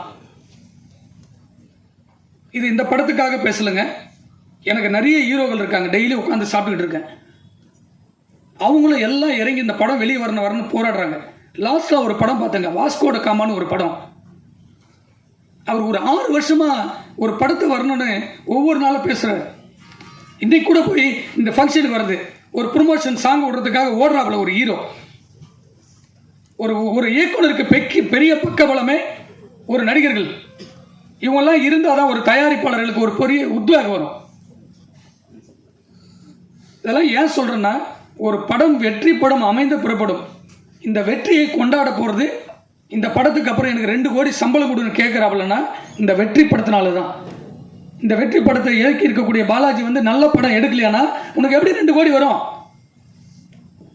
அடுத்த படம் எனக்கு 25 கோடி ஓடிடியில் 15 கோடி, நான் 5 கோடி கொடுக்குறேன், எடுத்துட்டு போவேன். நான் படத்தையே சொல்லலாம்ல, வாயில் சொல்லிட்டு போகலாம் 20 கோடி 10 கோடின்னு. இன்னைக்கு ஒரு படம் கூட உட்காம பல கோடிகள் போட்டு ஒவ்வொரு தயாரிப்பாளரும் டிஜிட்டல் சேட்டலைட் விற்க முடிய அவதிப்பட்டுக்கிட்டு இருக்கோம். இந்த வேதனை வந்து சொல்லவே கூடாதுன்னு நினைச்சேன். ஆனால் நேற்று நைட்டு வரைக்கும் சரி வேண்டாம் வேண்டாம் தான் பொறுமையாக இருந்தோம். இதில் இருக்கிற எத்தனை டெக்னீஷியன் வந்து உட்காந்துருக்காங்க, எதுக்கு உட்காந்துருக்காங்க? இங்கே ஜெயிக்கணும்னு நினைக்கிறவங்க ஒவ்வொருத்தருமே வந்து போராட்ட களத்தை நிற்கிறாங்க. ஜெயிச்ச பொறுத்தவரை எல்லாருமே ஜெயிக்கணும்னு நினைக்கிறவங்களே தோக்கடிச்சிட்டு போயிடறாங்க. அதுதான் இங்கே சினிமா நடந்துகிட்டே இருக்கு. இந்த படத்தை பார்த்துட்டு அதுக்கப்புறம் வந்து ரொம்ப அமைதியாக தம்பி நிவாஸ் பிரசன்னாவை பார்த்தேன். அழகான ஒரு மியூசிக் டைரக்டர், அற்புதமான சிந்தனை உள்ளாள். ஒரு நாள் கூட நெகட்டிவாகவே பேச மாட்டாங்க. ஆனால் வந்துருந்தேன், சூப்பராக வந்துருந்தேன் அப்படி ஒரு எனர்ஜி கொடுக்குறேங்க. அதுபோல் ஒரு டெக்னீஷியன்லாம் இந்த படத்தில் இருக்கும்போது தான் ஒரு பெரிய படமாக வெளியே வருவதற்கு பெரிய உத்வேகம் இருக்குது. எல்லா படமாங்களுக்குள்ள ஒரு நம்பிக்கை வரணும்னா இந்த படத்தில் சொல்கிறவங்க தான். இந்த அலெக்சாண்டர் படம் பார்த்துட்டு சொல்கிறாருன்னா அவர் அதுக்கு பிடிச்சி தான் பேசுகிறார். இதையெல்லாம் ஏன் சொல்கிறேன்னா, ஒவ்வொரு நடிகனும் தான் படத்தில் கமிட் ஆகிறவங்க அத்தனை பேரும் வந்து அந்த படத்துக்கு வரணும்னு சொல்லி தயாரிப்பாளர் சங்கம், நடப்பு சங்கம், சிவாண்ணன் இருக்காரு, ராஜண்ணன் இருக்காரு, செல்லுமணி அண்ணன் இருக்காரு. தயவு செஞ்சு இந்த மேடையிலே கோரிக்கை வைக்கிறேன், ஒரு படத்தில் நடித்து அவங்களுக்கு சம்பளம் தான் கேட்க நாங்கள் கொடுத்துட்டு போகிறோம். படம் ஷூட்டிங் முன்னாடியே டப்பிங் கூட முடியல, பணம் கொடுத்தாங்கன்னு கேரளா இருந்தாப்புல. படத்தை நைட்டோட நைட்டு வாங்கி எடுத்து போய் பணத்தை கொடுத்தோம். 4 மணி நேரம் ஷூட்டிங், 8 லட்ச ரூபாய் செலவு போச்சு. அந்த 8 லட்ச ரூபாய் கொடுக்க முடியுமா அசோக் செல்வனால? இதையெல்லாம் மீறி திரும்ப வந்து ஒரு படத்தை எடுத்து முடிச்சு வரும்போது ஒரு இயக்குனரோட பக்கபலமாக இருந்து அந்த படத்துக்கு எல்லா இடத்துலையும் வந்து நிற்கணும் ப்ரொமோஷனுக்கு. இது எனக்காக சொல்ல, எல்லா படத்துக்கும் எல்லா நடிகர்களும் ஒத்துழைப்பு கொடுக்கணுன்றதான் என்னுடைய எண்ணம். இது என்னுடைய படத்துக்குன்னு நான் சொல்லவே வரல. ஃபோன் எடுக்காத நடிகர் எதுக்குங்க? மேனேஜர் வைங்க, இல்லை மேனேஜர் ரெஸ்பான்ஸ் பண்ண சொல்லுங்க. ஒவ்வொருத்தருக்கும் 50,000 பேட்டா வரணும்னா 50,000 வேணுன்றீங்க. யாருக்கிட்ட பேசுறது? ஒன்றும் இயக்குநர்கிட்ட பேசணும், இல்லை தயாரிப்பாளர்கிட்ட பேசணும். உங்கள் ப்ராப்ளம் என்னன்னு சொன்னா அதை சால்வ் பண்ணுவோம். இது எல்லாமே வேதனையுடைய உச்சத்தில் தான் நான் பேசுகிறேன். ஏன்னா ஒரு நடிகர் நம்ம வேண்டாம் வேண்டாம் வேண்டாம் அப்படின்றதுக்காக தான் ரொம்ப அமைதியாக இருந்து இவ்வளோ பெரிய ஜாமான்கள்லாம் எவ்வளோ டைம் எல்லாம் வேஸ்ட் பண்ணி எதுக்காக வந்திருக்காங்க சொல்லுங்கள்? ஒவ்வொருத்தருக்கும் ஒரு கடமைகள் இருக்கு. இந்த படத்தில் இருக்க இந்த படம் வெளியே வரதுக்கு யாருக்கு பிள்ளையார் சுதாகர்னு ஒரு ஆள் ஒருவர் இல்லைன்னா இந்த படம் எப்படி வரும்? ஆரம்பிச்சிருக்க முடியாது. தான் ஸ்கிரிப்டை தூக்கிட்டு போய் பாலாஜி எத்தனை வருஷத்துக்காக போராடுறாரு. அவர் இந்த படத்தை தூக்கி போட்டு வேற படத்துக்கு போயிருக்கலாமே, போலிய கடைசி வரைக்கும் இருக்காரு. இந்த படத்தை வராத படத்தை வரும் நம்பிக்கையில் எப்படி மகேந்திரகுமார் கேட்ட உடனே பணம் கொடுக்குறாரு எனக்கு? 3 படம் வந்து ஃபஸ்ட்டு படம் டி நகர் எடுத்தேன். தயாரிப்பாளர் ஒரு நாள் வரவே மாட்டார். உடனுடன் அந்த படத்துக்கு எல்லா வேலையும் எல்லாத்தையும் நடத்துவோம். அகம்புறன்னு ஒரு படம் எடுத்தேன், அதே போல் எல்லாத்தையும் நடத்தணும். அதுக்கப்புறம் காசே தான் கிடையாது. அந்த ப்ரொடியூசர் வரவே மாட்டார். படத்தை பண்ணி கையில் கொடுத்து அந்த படத்தை ரிலீஸ் வரைக்கும் நிற்போம். என் கூட நடித்த எல்லா நடிகருமே என்னோட அப்படியே ஃப்ரெண்டாக இருப்பாங்க. இப்போ இந்த படத்துக்கு படம் 4 வருஷமாக போராட்டமா தூங்கும் போதெல்லாம் அந்த படம் தான் வருது. எப்படின்னா வெளியே கொண்டு ஒரு நல்ல படம்னு தோணிக்கிட்டே இருக்கு. இதையெல்லாம் சொல்கிறேன்னா ப்ரெஸ்ஸுக்கு இது போய் சேரணுன்றதுக்காக தான். என் படத்துக்கு வரலன்னா பரவாயில்லைங்க, அடுத்து நடிக்கிற எந்த தயாரிப்பாளருடைய படத்துக்கும் அவர் வரணும்னு சொல்லி இந்த மேடையில் இருக்கிற அத்தனை முன்னோடிகளுக்கும் சங்கத்தினுடைய நிர்வாகிகளுக்கும் தயவு செஞ்சு என்னுடைய கோரிக்கையாக வைக்கிறேன். எந்த நடிகனும் ஒவ்வொரு படத்தினுடையும் ப்ரொமோஷனில் நிற்கணுன்றது ஒரு தீர்மானமாக எடுக்க வேண்டும் என்று உங்களுக்கு பணிவோடு கட்டளையிடுகிறேன். நன்றி, வணக்கம். துணிவும் முயற்சியும் தான் வெற்றியின் முதல் படி. புலன் விசாரணை, கேப்டன் பிரபாகரன், செம்பருத்தி என்று வரும்போதே வெற்றி வாகை சூடியவர். தமிழ் சினிமாவுக்கு புது நம்பிக்கையை விதைத்தவர். சினிமாவின் மொத்த அமைப்பையும் ஒன்று கூட்டி தலைமை பொறுப்பில் திறம்பட செயல்படும் திரு RK செல்வமணி அவர்களை உங்கள் முன் பேச அழைக்கிறோம். எல்லாருக்கும் வணக்கம். இந்த திரைப்பட இசை வெளியீட்டுக்கு வருகை தந்துள்ள நம்முடைய சகோதரர்கள் அனைவருக்கும் என்னுடைய மதிய வணக்கம். அதுபோன்று பத்திரிகையாளர், ஊடகவியலாளர்கள், நண்பர்கள் அனைவருக்கும் மதிய வணக்கம். ஒருவேளை நான் திருமலை பேசுறதுக்கு முன்னாடி பேசிட்டு போயிருக்கலாம்னு நினச்சேன். நான் வந்து ஆக்சுவலாக வீட்டில் ஒரு சின்ன ஃபங்க்ஷன் நடந்துட்டு இருந்து திருமலை ஃபோன் மேலே ஃபோன் பண்ணிட்டே இருந்தார். அப்புறம் வரலன்னா டைரக்டர் யூனியனே கழிச்சிடுவார்னு சொல்லி பயத்தில் நான் வந்துட்டு போயிடலான்னு வந்தேன். ஒரு ஃப்ரெண்ட்லியாக சொன்னேன். உண்மையாக அந்த ட்ரைலரை பார்க்கும்போது அந்த இயக்குனர் புதுசாக ஒரு ஃப்ரெஷ்ஷாக வர மாதிரி இது நம்மளோட கஷ்டம் எந்த திரைப்படமும் கஷ்டம் இல்லாமல் வந்ததே இல்லை. அதுக்கு தான் அந்த முன்னாடி நம்ம படத்தோட ரிலீஸே டெலிவரி ஆகிடுச்சு. டெலிவரி எவ்வளோ கஷ்டமோ அதுபோல் ஒவ்வொரு திரைப்படமும் அந்தந்த காலகட்டத்துக்கு சிரமமாக தான் இருந்துச்சு. முதல்ல வரும்போது அழகுபெருமாள் பேசினார், டைரக்டர் எவ்வளோ கஷ்டம். ஏன்னா ஒரு படம் டைரக்ட் ப்ரொடியூஸ் பண்ணலன்னு நினைக்கிறேன் அவர் அதனால் எவ்வளோ டைரக்டர் கஷ்டம். படகோபி வந்தார், ஒரு ப்ரொடியூசருக்கு எவ்வளோ கஷ்டம், அவர் டைரக்ட் பண்ணல. அதனால் டைரக்டரோட கஷ்டம் அவருக்கு தெரியாது, ப்ரொடியூஸ் பண்ணுறது எவ்வளோ கஷ்டம். உண்மையிலே கஷ்டம் தான். திரைப்படத்துறை நம்ம ஜாலியாக மகிழ்ச்சியாக படம் பார்த்துட்டு போகிறோம். இந்த திரைப்படத்தை உருவாக்குறது ஒரு 400-500 பேரை எல்லோரும் ஆர்கனைஸ் பண்ணி அந்த படத்தை ஒரு ப்ராஜெக்ட் பண்ணுறது ஒரு கஷ்டமான வேலை தான், இல்லைன்னு சொல்ல. ஆனால் அது கொஞ்சம் திறம்பட பண்ணால் இது போல் கஷ்டம் வராது. நிச்சயமாக இந்த படம் பார்த்தோம், நிச்சயமாக இந்த படம் ஒரு ஃப்ளரிஷாக இருக்குது, ஒரு சந்தோஷமாக இருக்குது. இப்போ இருக்கிற ஸ்க்ரீனுக்கு ஒரு டைட்டாக இருக்கிற இதுக்கு இந்த படம் ஒரு ஃபன்னாக ஒரு ஜாலியாக இருக்கும். அதனால் இந்த படம் நிச்சயமாக எல்லாரும் நம்ம ஒரு ட்ரெய்லர் பார்க்கும்போது அதுதான் ஒரு சொத்துக்கு ஒரு பானைக்கு ஒரு சோறு பதங்கிற மாதிரி ஒரு ட்ரெய்லருங்கிறது நிச்சயமாக அந்த ஆடியன்ஸை திரைக்கு கொண்டு வர மாதிரியான ஒரு ட்ரெய்லராக இருக்கணும். அந்த ட்ரெய்லர் பார்க்கும்போது எனக்கு தெரிஞ்சது நிச்சயமாக இந்த படத்தை நான் தேட்டரில் பார்க்கலாங்கிற ஒரு உணர்வை எனக்கு இந்த ட்ரெய்லர் கொண்டு வந்திருக்கு. அந்த வகையில் எவ்வளோ கஷ்டம் இருந்தாலும் இப்போ சவுண்ட் ட்ராக் முன்னாடிலாம் ஃபிலிம் பக்கத்தில் சவுண்ட் ட்ராக் ஓடிட்டுருக்கோம். அது பக்கத்தில் இன்னொரு ட்ராக் போட்டால் டைரக்டரோட அழுகை கேட்டுகிட்டே இருக்கும். எல்லா ஃப்ரேம்லையும் டைரக்டரோட அழுகையும் இன்னொரு பக்கத்தில் போட்டால் ப்ரொடியூசரோட கேட்டுகிட்டே இருக்கும். ஆனால் அதையெல்லாம் நம்ம இந்த படத்தோட வெற்றி வரும்போது, என்னோடய படமும் ரிலீஸ் ஆகும்போது இப்போ சிவா சார் இருக்கார், கேட்டால் தெரியும் உங்களுக்கு, அந்த ஆஃபீஸ் உள்ளே வரக்கூடாதுன்னு சொல்லிட்டாங்க. ஸோ ஆஃபீஸ் உள்ளே வரக்கூடாது, அந்த ரோடுக்கே வராதுப்பான்னு சொன்னாங்க. ஆனால் படம் ரிலீஸ் ஆன பிறகு மறுநாள் என் வீட்டு வாசலில் 3 கார் அவங்க கார் தான் நின்றுட்டு இருந்தது. என்னப்பா டைரக்டர் கூட்டுவாங்க அப்படின்னு. அதனால் இது ஒரு கணவன் மனைவி மாதிரி சண்டை தான். வெற்றி வரும்போது நம்மளுடைய எல்லா கவலைகளும் இதுவாகிடும். நாளைக்கு இந்த படம் வெற்றி ஆகும்போது இதே திருமலையும் அசோக் கிலோனும் தோல்மலைக்கு கை போட்டு போவாங்களே, நிச்சயமாக நடக்கும். சினிமாவில் நடக்காதுங்கிறதுக்கு எதுவுமே இதுவும் இல்லை, எல்லாம் நடக்கும். ஆனால் நடக்கிறதுக்கு எது காரணமாக இருக்கும்னா வெற்றி ஒன்று தான் காரணமாக இருக்கும். இந்த திரைப்படத்தை பார்க்கும்போது அந்த சூழ்நிலை அமையக்கூடிய வாய்ப்பு இருக்குது. அடுத்த படம் வெற்றி அடையும் போது எல்லா கவலைகளையும் மறந்து திருமலையும் அசோக் செல்வனும் இணைந்து ஒரு திரைப்படத்தை இது நிச்சயமாக தயாரிக்கலாம். ஏன்னா எனக்கு திருமலையை ரொம்ப நல்லா தெரியும். ஒரு இமோஷனல் ஒரு கை, எல்லாத்துக்கும் ஏதோ நல்லது பண்ணணும்னு நினச்சிட்டு ஏதோ ஒரு முயற்சி பண்ணிக்கிட்டே இருப்பார். அதுபோல் நான் அசோக் செல்வனே ஒரு 2 தடவை சந்திச்சிருக்கேன். பேசும்போது ரொம்ப இனிமையாக, ரொம்ப அன்பாக, ரொம்ப நாகரிகமாக, ரொம்ப பண்போடு தான் பேசினார். ஒரு வகையில் என்ன இதுக்கு எந்த பிரச்சனையும் தெரியாது. எதுவாக இருந்தாலும் 1000 கஷ்டங்கள் இந்த திரைப்படத்தில் இருந்தாலும் திருமலை சொன்னதில் ஒரு பாயிண்ட் இருக்குது. அந்த படம் ரிலீஸ் ஆகும்போது எல்லாரும் சேர்ந்து அந்த படத்தை வந்து ப்ரமோட் பண்ணணுங்கிறத வந்து ஒரு விதியாக வச்சுக்கணும். ஏன்னா இந்த படம் ஒரு படம் வந்து வெற்றி அடைந்தால் அதில் யாருக்கு முதல் லாபம்?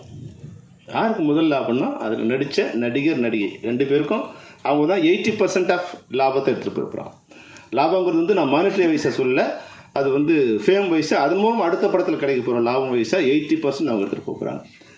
அப்புறம் ஒரு 10-15% வந்து டெக்னீஷியன் எடுத்துப்பாங்க. இன்றைக்கி இருக்கிற பாலாஜி வந்து இந்த படம் ஓடிச்சுன்னா நாளைக்கு அவரோட லெவல் வேறுவாக இருக்கும். ஆனால் இந்த படம் ஓடினாலும் திருமலையோட லெவல் அதே லெவல் தான் இருக்கும், தயாரிப்பாளர் லெவல் அப்படியே தான் இருக்கும். அவர் வந்து இந்த கடன்கள்லேருந்து விடுபடலாம். இப்போ மகேந்திர கொடுத்த ஃபைனான்ஸும் சுதாகர் கொடுத்த ஃபைனான்ஸ் இதெல்லாம் வந்து சரி பண்ணலாமே தவிர அடுத்து அவர் வந்து வெளியே வர்றதுக்கு கஷ்டம். அப்போது ஒரு 5% 10% தயாரிப்பாளர் தான் ஒரு உயிரை கொடுத்து இந்த படத்தை ப்ரொமோட் பண்ணணும், வெளியே வரணும்னு நினைக்கும் போது இதில் 90% மேலே லாபம் அடைய போகிற நடிகர் டெக்னீஷியன்ஸ் நிச்சயமாக இந்த படத்தை ப்ரொமோட் பண்ணணும். இன்னொரு விஷயம், இது பொது மேடையில் சொல்ல வேண்டிய விஷயம் இல்லைன்னா கூட இந்த பல விஷயங்களை வந்து இது போலீஸ்காரன் வந்து ஐயோ திருட்டு நடக்குதுன்னு வந்து ரோட்டில் கத்தினா எப்படி தவறோ அது மாதிரி தயாரிப்பாளர் சங்கத்தில் வந்து ஒரு ஈசி மெம்பராக இருக்கிற திருமலை வந்து இங்கே வந்து பேசுறது வந்து தேவையில்லாத ஒன்று. அவரோட சங்கத்தில் உட்காந்து இவ்வளோ கஷ்டம் இருக்கு, இதெல்லாம் பண்ணணுமே நீங்கள் முதல்ல அங்கே தான் பேசணும். அதனால் இப்போ தயாரிப்பாளர் சங்கங்களோட செக்ரட்டரிகள் இங்கே இருக்காங்க. நாங்கள் வந்து அவங்களுக்கு வந்து ஒரு கண்ட்ரோல் அவங்ககிட்ட கொடுத்தோம். நாங்கள் என்னென்னா இப்போ கூட அதை ஒரு இது புரிஞ்சிக்கல. ஒரு திரைப்படம் நான் வந்து என்ன ஒரு நண்பர், என் நண்பரோட நண்பர் அவர், நான் திரைப்படங்கள் வரும்போது கொஞ்சம் பழக்கமானார். அவர் எனக்கு பிடிச்சிருந்தது. அவர் வந்து ஒரு நாள் என்கிட்ட வந்து சார் ஒரு 50,000 பணம் வாங்கணும் சார். என்னன்னு கேட்டேன். ஒரு பெட்டி கடை வைக்க போகிறோம் சார் அப்படின்னு. சரி ஓகே, அவர் எனக்கு பிடிச்சிருந்தது, நான் தரேன்னு சொன்னேன். நான் நாளைக்கு வந்து வாங்கிக்கணும். இல்லை சார் நான் அவர் வந்து நான் ஒரு 3 months கழிச்சு வந்து வாங்கிக்கிறேன் அப்படின்னார். அப்போது அவர் சென்னையில் வந்து ஒரு 20-30 இடங்களில் வந்து அலைஞ்சி எங்கே கடை இருக்குது, எங்கே கடை வச்சா நல்லாயிருக்கும், எங்கே வாடகை கிடைக்கும், அதில் கன்சியூமர் எங்கே இருக்காங்க, இதையெல்லாம் இப்போ ஒரு 3 மாதம் இருந்துட்டு அப்புறம் வந்தார். அண்ணன் இந்த இடத்துல கடை வைக்கலான் இருக்கேன், வாடகை கொடுக்க போகிறேன், எல்லாத்தையும் செட் பண்ணிவிட்டு என்கிட்ட வந்து பணம் வாங்கினார். நான் அது வந்து அவருக்கு வந்து இனமாக தான் கொடுக்கணும்னு நினச்சேன். ஆனால் அவர் வந்து ஒரு 6-7 மாதத்தில் அந்த பணத்தை எனக்கு திருப்பி கொடுத்துட்டார்.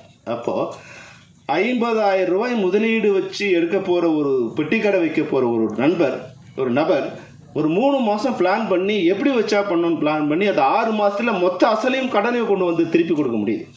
ஆனால் எல்லா கோடீஸ்வரம் தான் இன்றைக்கி தயாரிப்பாளர், எல்லா கோடீஸ்வரம் தான். கோடீஸ்வரம்னா கோடிக்கு கம்மியாக இன்றைக்கி எந்த திரைப்படமும் எடுக்க முடியறதில்லை.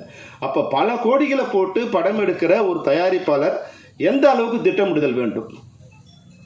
இதுதான் இது திட்டமிடுதல் தான் நம்ம தயாரிப்பாளர்களுக்கும் இதில் டெக்னீஷியன்ஸுக்கும் இல்லாத ஒன்றா இருக்குது.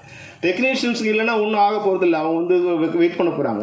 ஆனால் தயாரிப்பாளர் ஒரு நாளும் ஒரு நிமிடமும் அந்த பணத்துக்கு வட்டி கட்டிகிட்டே இருக்கணும். எந்த விடுமுறையும் இல்லாத ஒன்றே இந்த வட்டி தான். எந்த விடுமுறையும் கிடையாது. கொரோனாவுக்கு கூட அதுக்கு வட்டி கிடையாது, செத்தாலும் வட்டி கிடையாது, வாழ்ந்தாலும் வட்டிக்கு லீவே கிடையாது. அப்போ அவங்க வந்து இதை பிளான் பண்ணிக்கணும். அப்போ நாங்கள் தயாரிப்பாளர் சங்கத்துக்கு ஒரு வேண்டுகோள், ஒரு வழிமுறை சொன்னோம். ஐயா உங்ககிட்ட தயாரிப்பாளர் வராங்களா, எல்லாத்தையும் செக் பண்ணி யார் ஆர்டிஸ்ட்டு, யார் டைரக்டரு, எப்போ ஷெட்யூல் போகிறாங்க, ஷெட்யூல் டேட் வாங்கிட்டாங்களா, டைரக்டர் டேட் இருக்கா, ஆர்டிஸ்ட் டேட் இருக்கா, டெக்னீஷியன்ஸ் டேட்ஸ் இருக்கா, இதெல்லாம் கன்ஃபார்மாக எல்லா அக்ரிமெண்ட்டும் வாங்கிங்க. ஏன்னா முன்னாடி திரைப்படங்களோட இது வந்து லட்சங்கள் இருந்தது, ஆயிரங்கள் இருந்தது. இன்றைக்கி கோடிகள் இருக்கும்போது நாணயம் வந்து கம்மியாயிடுச்சு. முன்னாடி ஒருத்தர் கூட பணம் வாங்கினா எஸ் நான் வாங்கினேன் சார் அப்படின்னு தான் சொல்லுவாங்க. எல்லாமே எழுத்தில் தான், எழுதலாமே எழுத்தில் இருக்காது, வாயில் தான் இருக்கும். ஆனால் ஒரே ஒருத்தர் கூட நான் பணம் வாங்கலன்னு சொன்னதே இல்லை. நான் திரைப்படங்களில் டைரக்டர் இருக்கிற வரைக்கும், தயாரிப்பாளர் இருக்கிற வரைக்கும். ஆனால் இப்போ வந்து எல்லாமே கோடிகள் ஆயிடுச்சு. நோன்னு சொன்னால் பல கோடிகள் நம்ம சேவ் ஆகலாம். அப்போது அக்ரிமெண்ட் வந்து ரொம்ப மஸ்ட்டு சார் அப்படின்னு சொல்லி நீங்கள் ஒரு தடவை ஒப்பந்தம், எல்லாருக்கும் உண்டான எழுத்துப்பூர்வமான ஒப்பந்தம், இதெல்லாம் சரி பண்ணிவிட்டு நீங்கள் இந்த படம் எல்லாம் சரியாக இருக்குது, நீங்கள் இதை வந்து படப்பிடிப்பு போகலாம் அப்படின்னு நீங்கள் ஒரு அனுமதி கொடுத்த பிறகு நாங்கள் படங்களுக்கு போகிறோம்.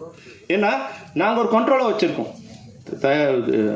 திரைப்பட தொழிலாளர்கள் சம்மேளனங்கிறது ஒரு கண்ட்ரோல் ஒரு அமைப்பாக இருக்குது. எந்த ஒரு உறுப்பினரையும் எங்களால் அழைச்சி அவங்க கூட உட்காந்து டிஸ்கஸ் பண்ண முடியும், அவங்க தவறு செய்து அவங்க நடவடிக்கை எடுக்க முடியும். அது மாதிரி ஒரு அனுமதியை ஒரு வழியை அவங்களுக்கு கொடுத்தோம். அவங்க கடிதம் அனுப்புகிறாங்க. இப்போ வந்து சிவா அனுப்புகிறாரு, ராதாகிருஷ்ணன் அனுப்புகிறாரு. ஆனால் உடனே இன்னைக்கு திருமலை வரார், வந்துட்டு நாளைக்கு ஷூட்டிங்கு, இன்றைக்கி வந்து சார் எனக்கு லெட்டர் வேணும் சார், நீங்கள் லெட்டர் கொடுத்தா தான் ஷூட்டிங் வருவாங்க சார். எந்த விதமான சரிபார்ப்பும் இல்லாமல் திருமலை வருத்தப்படுவாரே, திருமலை அன்னைக்கு வருத்தப்பட்டால் பரவாயில்ல, இன்றைக்கி வருத்தப்படக்கூடாது. இன்றைக்கி திருமலை வருத்தப்படக்கூடாது. அப்போ நீங்கள் அவரை உட்கார வச்சு எல்லாம் சரி பண்ணி இதெல்லாம் இருக்கா? ஒரு இயக்குனர் 30 லட்சத்தில் படம் பண்ணது அண்ணன் படவா கோபி இருக்கார் இல்லையா, 30 லட்சத்தில் படம் பண்ணான்னு சொல்லி தான் அவரை கொண்டு வந்தாங்க. அந்த படம் முடியறதுக்கு 3 கோடி ஆகும்னு ஆரம்பித்த பிறகு தெரியுது. அதாவது ஒரு 6 மாதத்தில் நல்ல வேலையாக அவர் அதுலேருந்து வெளியே வந்துட்டார். அதில் ஏதோ போட்ட வரைக்கும் லாபம் அப்படிங்கிறவர் வந்துட்டதால அவர் இன்றைக்கி ஒரு நன்றி சொல்கிறார். அப்போது எந்த திட்டமிடுதலும் இல்லை. அப்போ அந்த திட்டமிடுதல் இருந்தால் குறைச்சபட்சம் அந்த 4 கோடி இருக்கா, 4 கோடி உங்களால் ஃபைனான்ஸ் அரேஞ்ச் பண்ண முடியுமா, பண்ணிட்டீங்களா? ஏன்னா இன்றைக்கி ஒரு பைசா கூட யாரும் கடன் கொடுக்க தயாராக இல்லை. எப்படி மகேந்திர சிங் எப்படி கொடுக்குறாரு எனக்கு தெரியாது. இன்றைக்கி சிறிய படங்களுக்கு ஒரு பைசா கடன் கொடுக்க யாரும் தயாராக இல்லை. அப்போ அந்த ஃபைனான்ஸ் எல்லாம் ரெடி பண்ணிட்டீங்களா, காஸ்ட்லாம் ரெடி பண்ணிட்டு இதெல்லாம் ரெடியாக இருக்குது. இந்த டேட்டில் இந்த டேட்டில் ஏன் ஷூட்டிங் நடக்கலை? இப்போ உங்கள்கிட்ட ஒரு செக் ஒரு டைம் கொடுத்துட்டு 6 மாதத்தில் படம் முடிக்கிறோன்னா 30 நாள் உங்களுக்கு ஷூட்டிங் இருக்குன்னா ஏன் 30 நாள் ஷூட்டிங் நடக்கலை? டைரக்டர் சரியில்லையா, இல்லை ஆர்டிஸ்ட் வரலையா அப்படிங்கிறத செக் பண்ணக்கூடிய அதிகாரமும் அமைப்பு முறையும் தயாரிப்பாளர் சங்கத்துக்கு இருந்ததுன்னா இந்த மாதிரியான புலம்பல்கள் இந்த மேடைகளில் இருக்காது. தயவுசெய்து தயாரிப்பாளர் சங்கங்கள் ஒன்றிணைந்து இந்த வழியை நீங்கள் கொண்டு வந்தீங்கன்னா 100% நீங்கள் கவலைப்பட வேண்டிய அவசியமே இல்லை. நீங்கள் யாருக்கிட்டே போக வேண்டிய அவசியம் இல்லை. அவங்க எவ்வளோ பெரிய ஆளாக இருந்தாலும் உங்களை மீறி இங்கே படம் நடக்காது. இந்த உத்தரவாதத்தை நான் இந்த மேடையிலும் கொடுக்குறேன், அங்கேயும் கொடுப்பேன், எப்பவும் கொடுப்பேன். ஆனால் நீங்கள் அவங்கள பகைச்சிக்கூடாதுன்னு நினைக்கிறீங்க. தயாரிப்பாளர்கிட்ட இதெல்லாம் கேட்டால் எப்படி? ஏன் ஒரு அமைப்பு நாங்கள் கேட்குறோம். நாங்கள் ஒரு டெக்னீஷியன் ஷூட்டிங் என்ன எல்லாத்தையும் இன்றைக்கி 23 படத்தோட சங்கங்களோட ஷூட்டிங் எங்கேங்கிறது எனக்கு தெரியும். உட்காந்த இடத்துல என்னால் சொல்ல முடியும். இன்றைக்கி 60 ஷூட்டிங் நடக்குதுன்னா யார் ஷூட்டிங்கில் இருக்காங்க, எங்கெங்கே ஷூட்டிங் நடக்குது என்னால் சொல்ல முடியும். அது கொஞ்சம் கஷ்டம்தான். அதை ஸ்கீம் பண்ணி ஃபார்ம் பண்ணி கொண்டு போய் சேர்த்துட்டோம். அதுபோல் உங்களுக்கு பணம் வாங்குகிற சம்பளம் வாங்குகிற எங்களாலே இதெல்லாம் சொல்ல முடியும்னா பணம் கொடுக்குற உங்களால் ஏன் அது சொல்ல முடியாது? உங்களால் ஏன் யுனைட்டாக இருக்க முடியாது? பணம் வாங்குகிற சிண்டிகேட் பண்ணும்போது பணம் கொடுக்குற நீங்கள் ஏன் சிண்டிகேட் பண்ண முடியாது? நீங்கள் ஒரு சிண்டிகேட் பண்ணி ஒரு ஒழுங்குமுறை பண்ணிட்டீங்கன்னா இந்த தமிழ் சினிமா 60லேருந்து 80% நிச்சயமாக மாறுபடும். ஒரு வருமானம் வருகின்ற இன்னைக்கு திரைப்படங்கள் 100% வருமானம் வரத்துக்கு உண்டான வழி இருக்குது.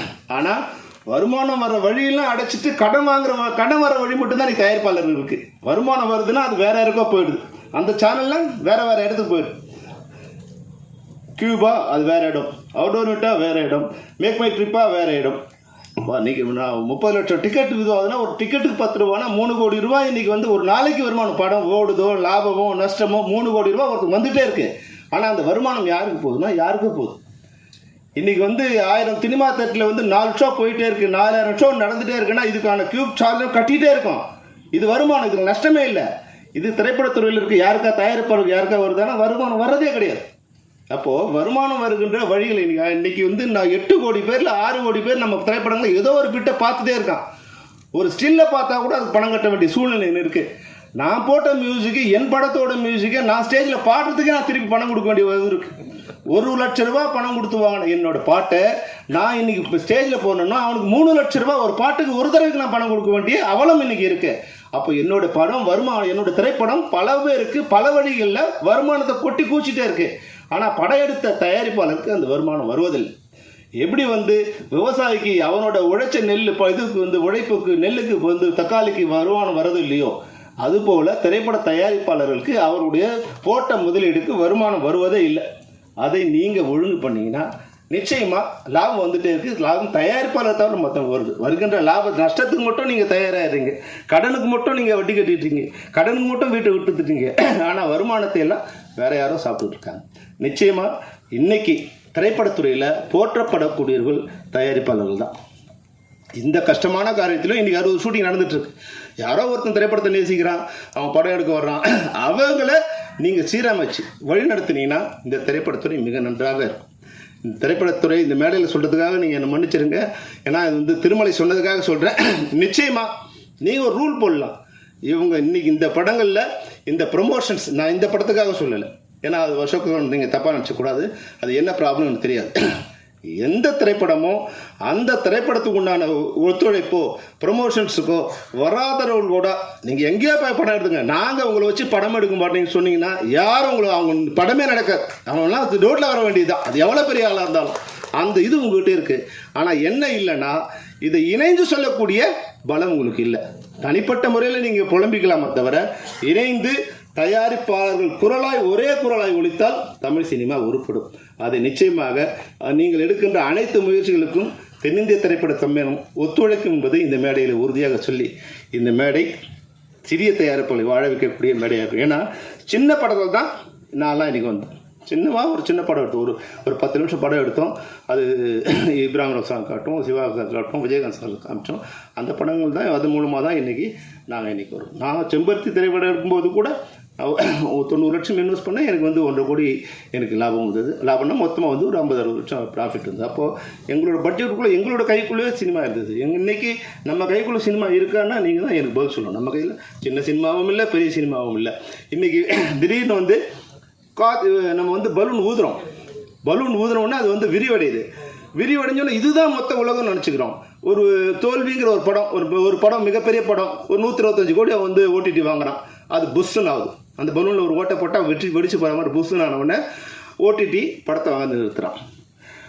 படங்கள் ஓட ஆரம்பித்த உடனே கொரோனா பீரியடில் ஓடிடிலாம் மிகப்பெரிய மார்க்கெட்டை வந்தோடனே நம்மக்கிட்ட இந்த 50 கோடி 100 கோடி இந்த படங்கள் 100 கோடி 200 கோடி படம் வாங்கின உடனே யாருக்கும் எந்த விதத்தில் நம்மளுடைய பட்ஜெட் அதுக்கு இன்க்ரீஸ் ஆச்சுங்கிறத நீங்கள் தான் யோசிக்கணும். அப்போ 100 கோடி படம் 300 கோடிக்கு வியாபாரம் ஆகும்போது நீங்கள் 300 கோடி பண்ணீங்க. இப்போ ஓடிடி வாங்குறதில்ல, சேட்டலைட் வாங்குறதில்ல. அப்போ என்ன பண்ணணும்? ஓடிடிக்கு முன்னாடி என்ன ஸ்டேட்டஸ் இருக்கோ அந்த ஸ்டேட்டஸ் கொண்டு வரணும். அப்போ தான் திரைப்படங்களை உருவாக்க முடியும். அப்படி இருந்தால் தான் இன்றைக்கி திரைப்படங்களை நாங்கள் ஷூட்டிங்கே போக முடியும். இன்றைக்கி நீங்கள் என்ன வேணால் நினச்சிங்க, 6 மணிக்கு மேலே அந்த ப்ரொடியூசர் விட்ட சம்பளம் வாங்கும்போது எவ்வளோ கஷ்டமாக இருக்குன்னா அவ்வளோ கஷ்டமாக இருக்கும். கண்ணீர் விட்டு தான் அந்த தயாரிப்பாளர்கிட்ட பணம் வாங்க முடியாது. அவங்களால கொடுக்க முடியல, எங்களால் வாங்க முடியல. இந்த சிரமமான ஏன்னா தயாரிப்பாளர் நல்லா இருந்தால் தான் தொழிலாளர் நல்லா இருக்க முடியும். அப்போ தயாரிப்பு துறை நல்லா இருந்தால் தான் இன்றைக்கி எல்லாருமே நல்லா இருக்க முடியும். அப்போ நான் பேசுவது தயாரிப்பாளர் நல்லா இருக்கணுமோ, இல்லை டெக்னீஷியன் நல்லா இருக்கணுமோ, ஆர்டிஸ்ட் நல்லா இருக்கணுங்கிற எந்த இதுவும் இல்லை. இந்த தமிழ் சினிமாங்கிற ஒரு வீடு அழகாக இருந்தால் இங்கே எல்லாரும் நடிகர்களும் இந்த வீட்டில் குடியிருக்கலாம், தயாரிப்பாளரும் இந்த வீட்டில் குடியிருக்கலாம், தொழில்நுட்ப கலைஞர்களும் தொழிலாளர்களும் வீட்டில் குடியிருக்கலாம். அந்த வீடே இடிஞ்சு போச்சுன்னா எல்லாரும் ரோடுக்கு வர வேண்டியது தான். அதனால் தயவுசெய்து நீங்கள் எடுக்கின்ற அனைத்து முயற்சிகளுக்கும் தென்னிந்திய சம்மேளனம் ஒத்துழைக்கும் என்று கூறி திருமலைக்கும் அதனுடைய டீம் அனைவருக்கும் என்னுடைய வாழ்த்து கூறி விடைபெறுகிறேன். நன்றி, வணக்கம்.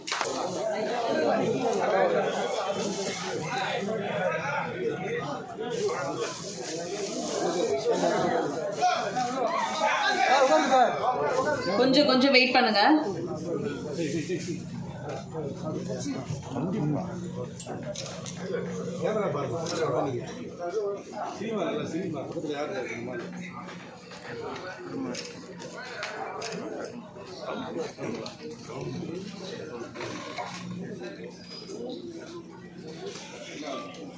இதுபோக வாரம் நிறையா படங்கள் ஜெயிச்சுட்டே வந்தால் இன்றைக்கி பேசுகிற இந்த டிப்ரெஸ்டு டாக்ஸ் எல்லாம் குறைஞ்சி போயிடும்.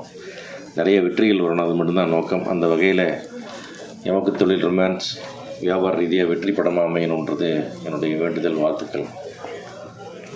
இந்த விழாவிலுடைய முக்கியமாக இங்கே அத்தனை பேருமே வந்த ஒரே காரணம் திருமலை என்ற ஒரே காரணம். தம்பி திருமலை ஒரு அற்புதமான சினிமாவின் காதலன். அவனுக்கு தொழில் சினிமா தான், வேறு எதுவுமே இல்லை. அந்த மாதிரி ஒரு நல்ல போராளி, ரொம்ப பேஷனேட்டாக சினிமாவை ரொம்ப லவ் பண்ணி சினிமான்னு லெஃப்ட் ரைட்டு சுற்றிட்டு இருக்கிற ஆள். அவருக்கு இன்றைக்கி திருமலை ஒரு ப்ராடக்ட் ஐடென்டிஃபை பண்ணி ஒரு படத்தை பார்த்து அந்த படத்தில் இருக்கிற சிக்கல்களை கலைந்து அதை வெளியே கொண்டு வர்ற முயற்சிக்கு நிச்சயமாக எங்களுடைய எல்லாருடைய ஆதரவுக்கும் வாழ்த்துக்கள். அந்த மாதிரி ஒரு போராட்டம் ஜெயிக்கணும். ஏன்னா அந்த மாதிரி பண்ணும்போது இன்னும் நிறையா சின்ன படங்களை மீட்டு கொண்டு வருவதற்கு பல பேர் முயற்சிப்பாங்க. அதற்கு உறுதுணையாக இருக்கக்கூடிய மகேந்திரகுமார் நகர் அவர்களுக்கு மற்ற வென்டேர் டீமுக்கு என்னுடைய வாழ்த்துக்கள். இயக்குனர் பாலாஜி, அவரை பற்றி நான் கேள்விப்பட்டிருக்கேன். நிறைய நல்ல படம்லாம் இந்த படத்தை நல்லா பண்ணியிருக்கார் அப்படின்ட்டு. அவர் ஜெயிச்சு ஒரு பெரிய இயக்குனர் வரதுக்குடைய வாழ்த்துக்கள். அதே மாதிரி தமிழ் சினிமாவின் மிகச்சிறந்த குறிப்பிடக்கூடிய அற்புதமான மெலோடிகளை தரக்கூடிய இசையமைப்பாளர் தம்பி நிவாஸ், அவருக்கும் இந்த படத்தினுடைய வெற்றி பெரிய வரவேற்பை தர வேண்டும், இந்த பாடல்கள் வெற்றியடைய வேண்டும், அவருடைய வாழ்த்துக்களை தெரிவிச்சுக்கிறேன். அது மாதிரி இந்த ஒரு இக்கட்டான சினிமா சூழ்நிலையில் இது போன்ற சிறிய படங்களை வெளியே கொண்டு வந்து முயற்சிக்கிற திருமலைக்கும் மொத்த டீமுக்கும் என்னுடைய நெஞ்சார்ந்த வாழ்த்துக்களையும் நன்றியும் தெரிவிச்சுக்கிறேன். நன்றி, வணக்கம். சில இயக்குநர்களின் ஒரு படம் போதும் இந்த உலகையே பேச வைக்கும். அத்தனை விருதுகளும் அள்ளி குவித்த ஆரண்ய காண்டம் படம், ஆணை பெண்ணாக்கி பார்த்து அழகு பார்த்த சூப்பர் டீலக்ஸ் தொடரும் வெற்றி படங்கள், தீயாய் எழுந்து திசைகள் பல கடந்து மீண்டும் மீண்டும் வெற்றி கதைகள் கொடுக்க வாழ்த்துக்களோடு அழைக்கிறோம் தியாகராஜா குமாரராஜா அவர்களை. அனைவருக்கும் வணக்கம். எனக்கு முன்னாடி நிறைய பேர் காரசாரமாக பேசிட்டு போனதுனால நான் புதுசப் இல்லாமல் ஒரு வாழ்த்துக்கள் அப்படி தெரிவிச்சுக்கிறது தான் இருக்கேன். பாலாஜி ரொம்ப ரொம்ப நாளாக பழக்கமான நண்பர். இப்போ சமீப காலமாக ரொம்ப நெருக்கமாக பழகிறதுக்கு வாய்ப்பு கிடைச்ச ஒரு நண்பர். நிறைய சிரமங்களுக்கு நடுவிலையும் போராட்டங்களுக்கு நடுவிலையும் அவர் அந்த படத்தை எடுத்திருக்கிறார். நம்ம தமிழ் சினிமாவில் பெரிய பெரிய இயக்குனர்கள் எல்லாமே சின்ன சின்ன படங்கள் பண்ண ஆரம்பிச்சு தான் பெரிய இயக்குனர்கள் ஆகிருக்காங்க. ஏன்னா அது மாதிரி இவரும் ஒரு சின்ன படத்தில் ஸ்டார்ட் பண்ணுறாரு. மிகப்பெரிய இயக்குனராக வர்றதுக்கு வாழ்த்துக்கள். இசையமைப்பாளர் நிவாஸ்க்கும் என்னுடைய வாழ்த்துக்கள். படத்தில் நடித்த அசோக் செல்வன், பாலாஜி தரணிதரன், விஜயவர்தராஜன், வடகோபி இவர்கள் அனைவருக்கும் என்னுடைய வாழ்த்துக்கள். படம் வெற்றியடைய என்னுடைய மனமார்ந்த வாழ்த்துக்கள். நன்றி, வணக்கம். தெகிடி, சேதுபதி, செம்பி, டக்கர் என்ற நிலமெல்லாம் மணக்க நாமெல்லாம் மகிழ காதுகளில் ஒலிக்கும் இவரது கான பாடல் எப்போதும் எங்கேயும் இவர் குரல் எமக்கு தொழில் ரொமான்ஸ் என்று ஒலிக்க வேண்டும் என்று வாழ்த்துக்களோடு அழைக்கிறோம். நிவாஸ் கே பிரசன்னா இசையமைப்பாளர் அவர்களே. எல்லோருக்கும் வணக்கம். வந்திருக்கும் பத்திரிகையாளர் நண்பர்களுக்கும், டிஸ்டிங்கிஷ்ட் கெஸ்ட்ஸ் ஆன் ஸ்டேஜ், எல்லோருக்கும் வணக்கம். எமக்கு தொழில் ரொமான்ஸ் பல போராட்டங்களுக்கு அப்புறம் வந்து இப்போது this film has found it's light அப்படின்னு சொல்ல முடியும். நம்ம வந்து நான் நிறையா டைரக்டர்ஸோட ஒர்க் பண்ணியிருக்கேன். வெரி ஃபியூ டைரக்டர்ஸ் நீங்கள் வந்து you come across them, you find them very sensible. At the same time அவங்களோட உங்களுக்கு ஒரு பர்சனல் கனெக்ஷன் இருக்கும். அப்படிப்பட்ட ஒரு சில இயக்குனர்கள் நான் சந்தித்து எனக்கு ரொம்ப மிக நெருக்கமான ஒரு இயக்குனர்னால் பாலாஜி சார் தான் நான் சொல்ல முடியும். அவருடைய சென்சிபிலிட்டிஸும் அவருடைய தாட் ப்ராசஸும் நான் ரொம்ப நிறையா விஷயங்களை ரசிச்சிருக்கேன். இந்த படத்தில் பொறுத்த வரைக்கும் கிட்டத்தட்ட இவரோட நான் வந்து கிட்டத்தட்ட ஒரு 6 வருஷமாக ட்ராவல் பண்ணிகிட்ருக்கேன். இந்த படம் ஆரம்பித்தது. ஸோ எனக்கு ஒரு பிரதர் அவர், ஆக்சுவலி ஒரு ஃபேமிலி எப்போவுமே. ஸோ இந்த ஃபிலிம் வந்து நல்லா வந்திருக்கு, பாடல்களும் நல்லா வந்திருக்கு. ஏன்னால் வந்து இதுக்கு நாங்கள் நிறையா சாரும் நானும் நிறைய விஷயங்கள் டிஸ்கஸ் பண்ணி நிறையா உழைச்சிருக்கோம். ஈவன் தோ நிறைய விஷயங்களுக்கு தாண்டி இந்த படம் ரிலீஸ் ஆகும்போதும் இந்த ஃபிலிமில் ஒரு சோல் இருக்குன்றதை நான் ரொம்ப நம்புகிறேன். ஆக்சுவலி ஐ திங்க் அந்த ஒரு விஷயந்தான் எப்போவுமே இந்த படத்தை வந்து ஹோல்ட் பண்ணிகிட்ருக்கு. ஸோ சார் பற்றி சொல்லணுனால் அவரோட போராட்டங்களை நான் என் கண் முன்னாடி பார்த்துருக்கேன். அவர் என்னென்னலாம் கோத்ரூ பண்ணியிருக்காருன்றதை I have seen right in front of my eyes. So I think சாரோட பொட்டென்ஷியல் அண்ட் அவர் வந்து இன்னும் பெரிய இடத்துக்கு வருவார்ன்றதை நான் நிறைய நம்புகிறேன். My prayers and my wishes to sir. And next வந்து என்னுடைய ப்ரொடியூசர்ஸ். இந்த படத்தை முதல்ல ஆரம்பித்தது சுதாகர் சார். அவர் மூலமாக தான் இந்த படம் வந்து பாலாஜி சார் கிட்ட இருந்து ஒரு விஷயமாக ஃபார்ம் பண்ணி அதெல்லாம் நடந்து நிறைய விஷயங்களை தாண்டி அப்புறம் வந்து ஒருத்தர் மூலமாக இந்த படம் வரணும்னு இருக்கிறதுனா திருமலை சார் தான். அவர் வந்து இந்த படத்துக்கு ஒர்க் எடுத்த முயற்சிகளாகட்டும் நான் என் கண் முன்னாடி பார்த்துருக்கேன். ஏன்னா சின்ஸ் 2018 ஒவ்வொரு வருஷமாக வரும் இந்த விஷயம், ஒரு வருஷமாக வருவாங்க. இப்போ பண்ணிடலாம், அப்புறம் சம்டைம்ஸ் நின்றுடும், திருப்பி வந்துடும். ஸோ அது அந்த வெயிட்டிங் ப்ராசஸ் ஆகட்டும், அவங்க கோத்ரூ பண்ணதை நான் பார்த்துருக்கேன். ஸோ இது எல்லாமே வந்து இப்போ ஃபைனலி இப்போ ஒரு குட் ஸ்பேஸ்க்கு இப்போ அந்த ஃபிலிம் வந்திருக்குன்றது எனக்கு ரொம்ப ரொம்ப ரொம்ப சந்தோஷம். பிகாஸ் ஏன்னால் வந்து கண்டிப்பாக பாலாஜி சாரோட ஒரு முழு முயற்சியும் அவருடைய sometimes is very adamant. So I think அதுதான் அவரோட பிக்கஸ்ட் ப்ளஸ்ன்றதை நான் பார்க்குறேன். எவ்வளோ நிறையா நாங்கள் 2 பேரும் வந்து ஒரு பாய் ஃப்ரெண்ட் கேர்ள் ஃப்ரெண்ட் மாதிரி அப்பப்போ அடிச்சுப்போம், திருப்பி பேசிப்போம். ஸோ இதெல்லாம் தாண்டி இந்த ஃபிலிம் வந்து இப்போ வந்திருக்குன்றது எனக்கு ரொம்ப ரொம்ப சந்தோஷமாக இருக்குது. So I'm very very glad to be a part of this film. And I really thank my technicians, my singers, my sound engineers, my whole team and producers, Ashok, my friend, Avantika and everybody. This film has come out very well. நான் பார்த்துருக்கேன், நான் enjoy பண்ணியிருக்கேன் நிறையா scenes. I think சரியான நேரத்தில் இந்த film will find its own டெஸ்டினின்றதை நான் வந்து பிலீவ் பண்ணுறேன்.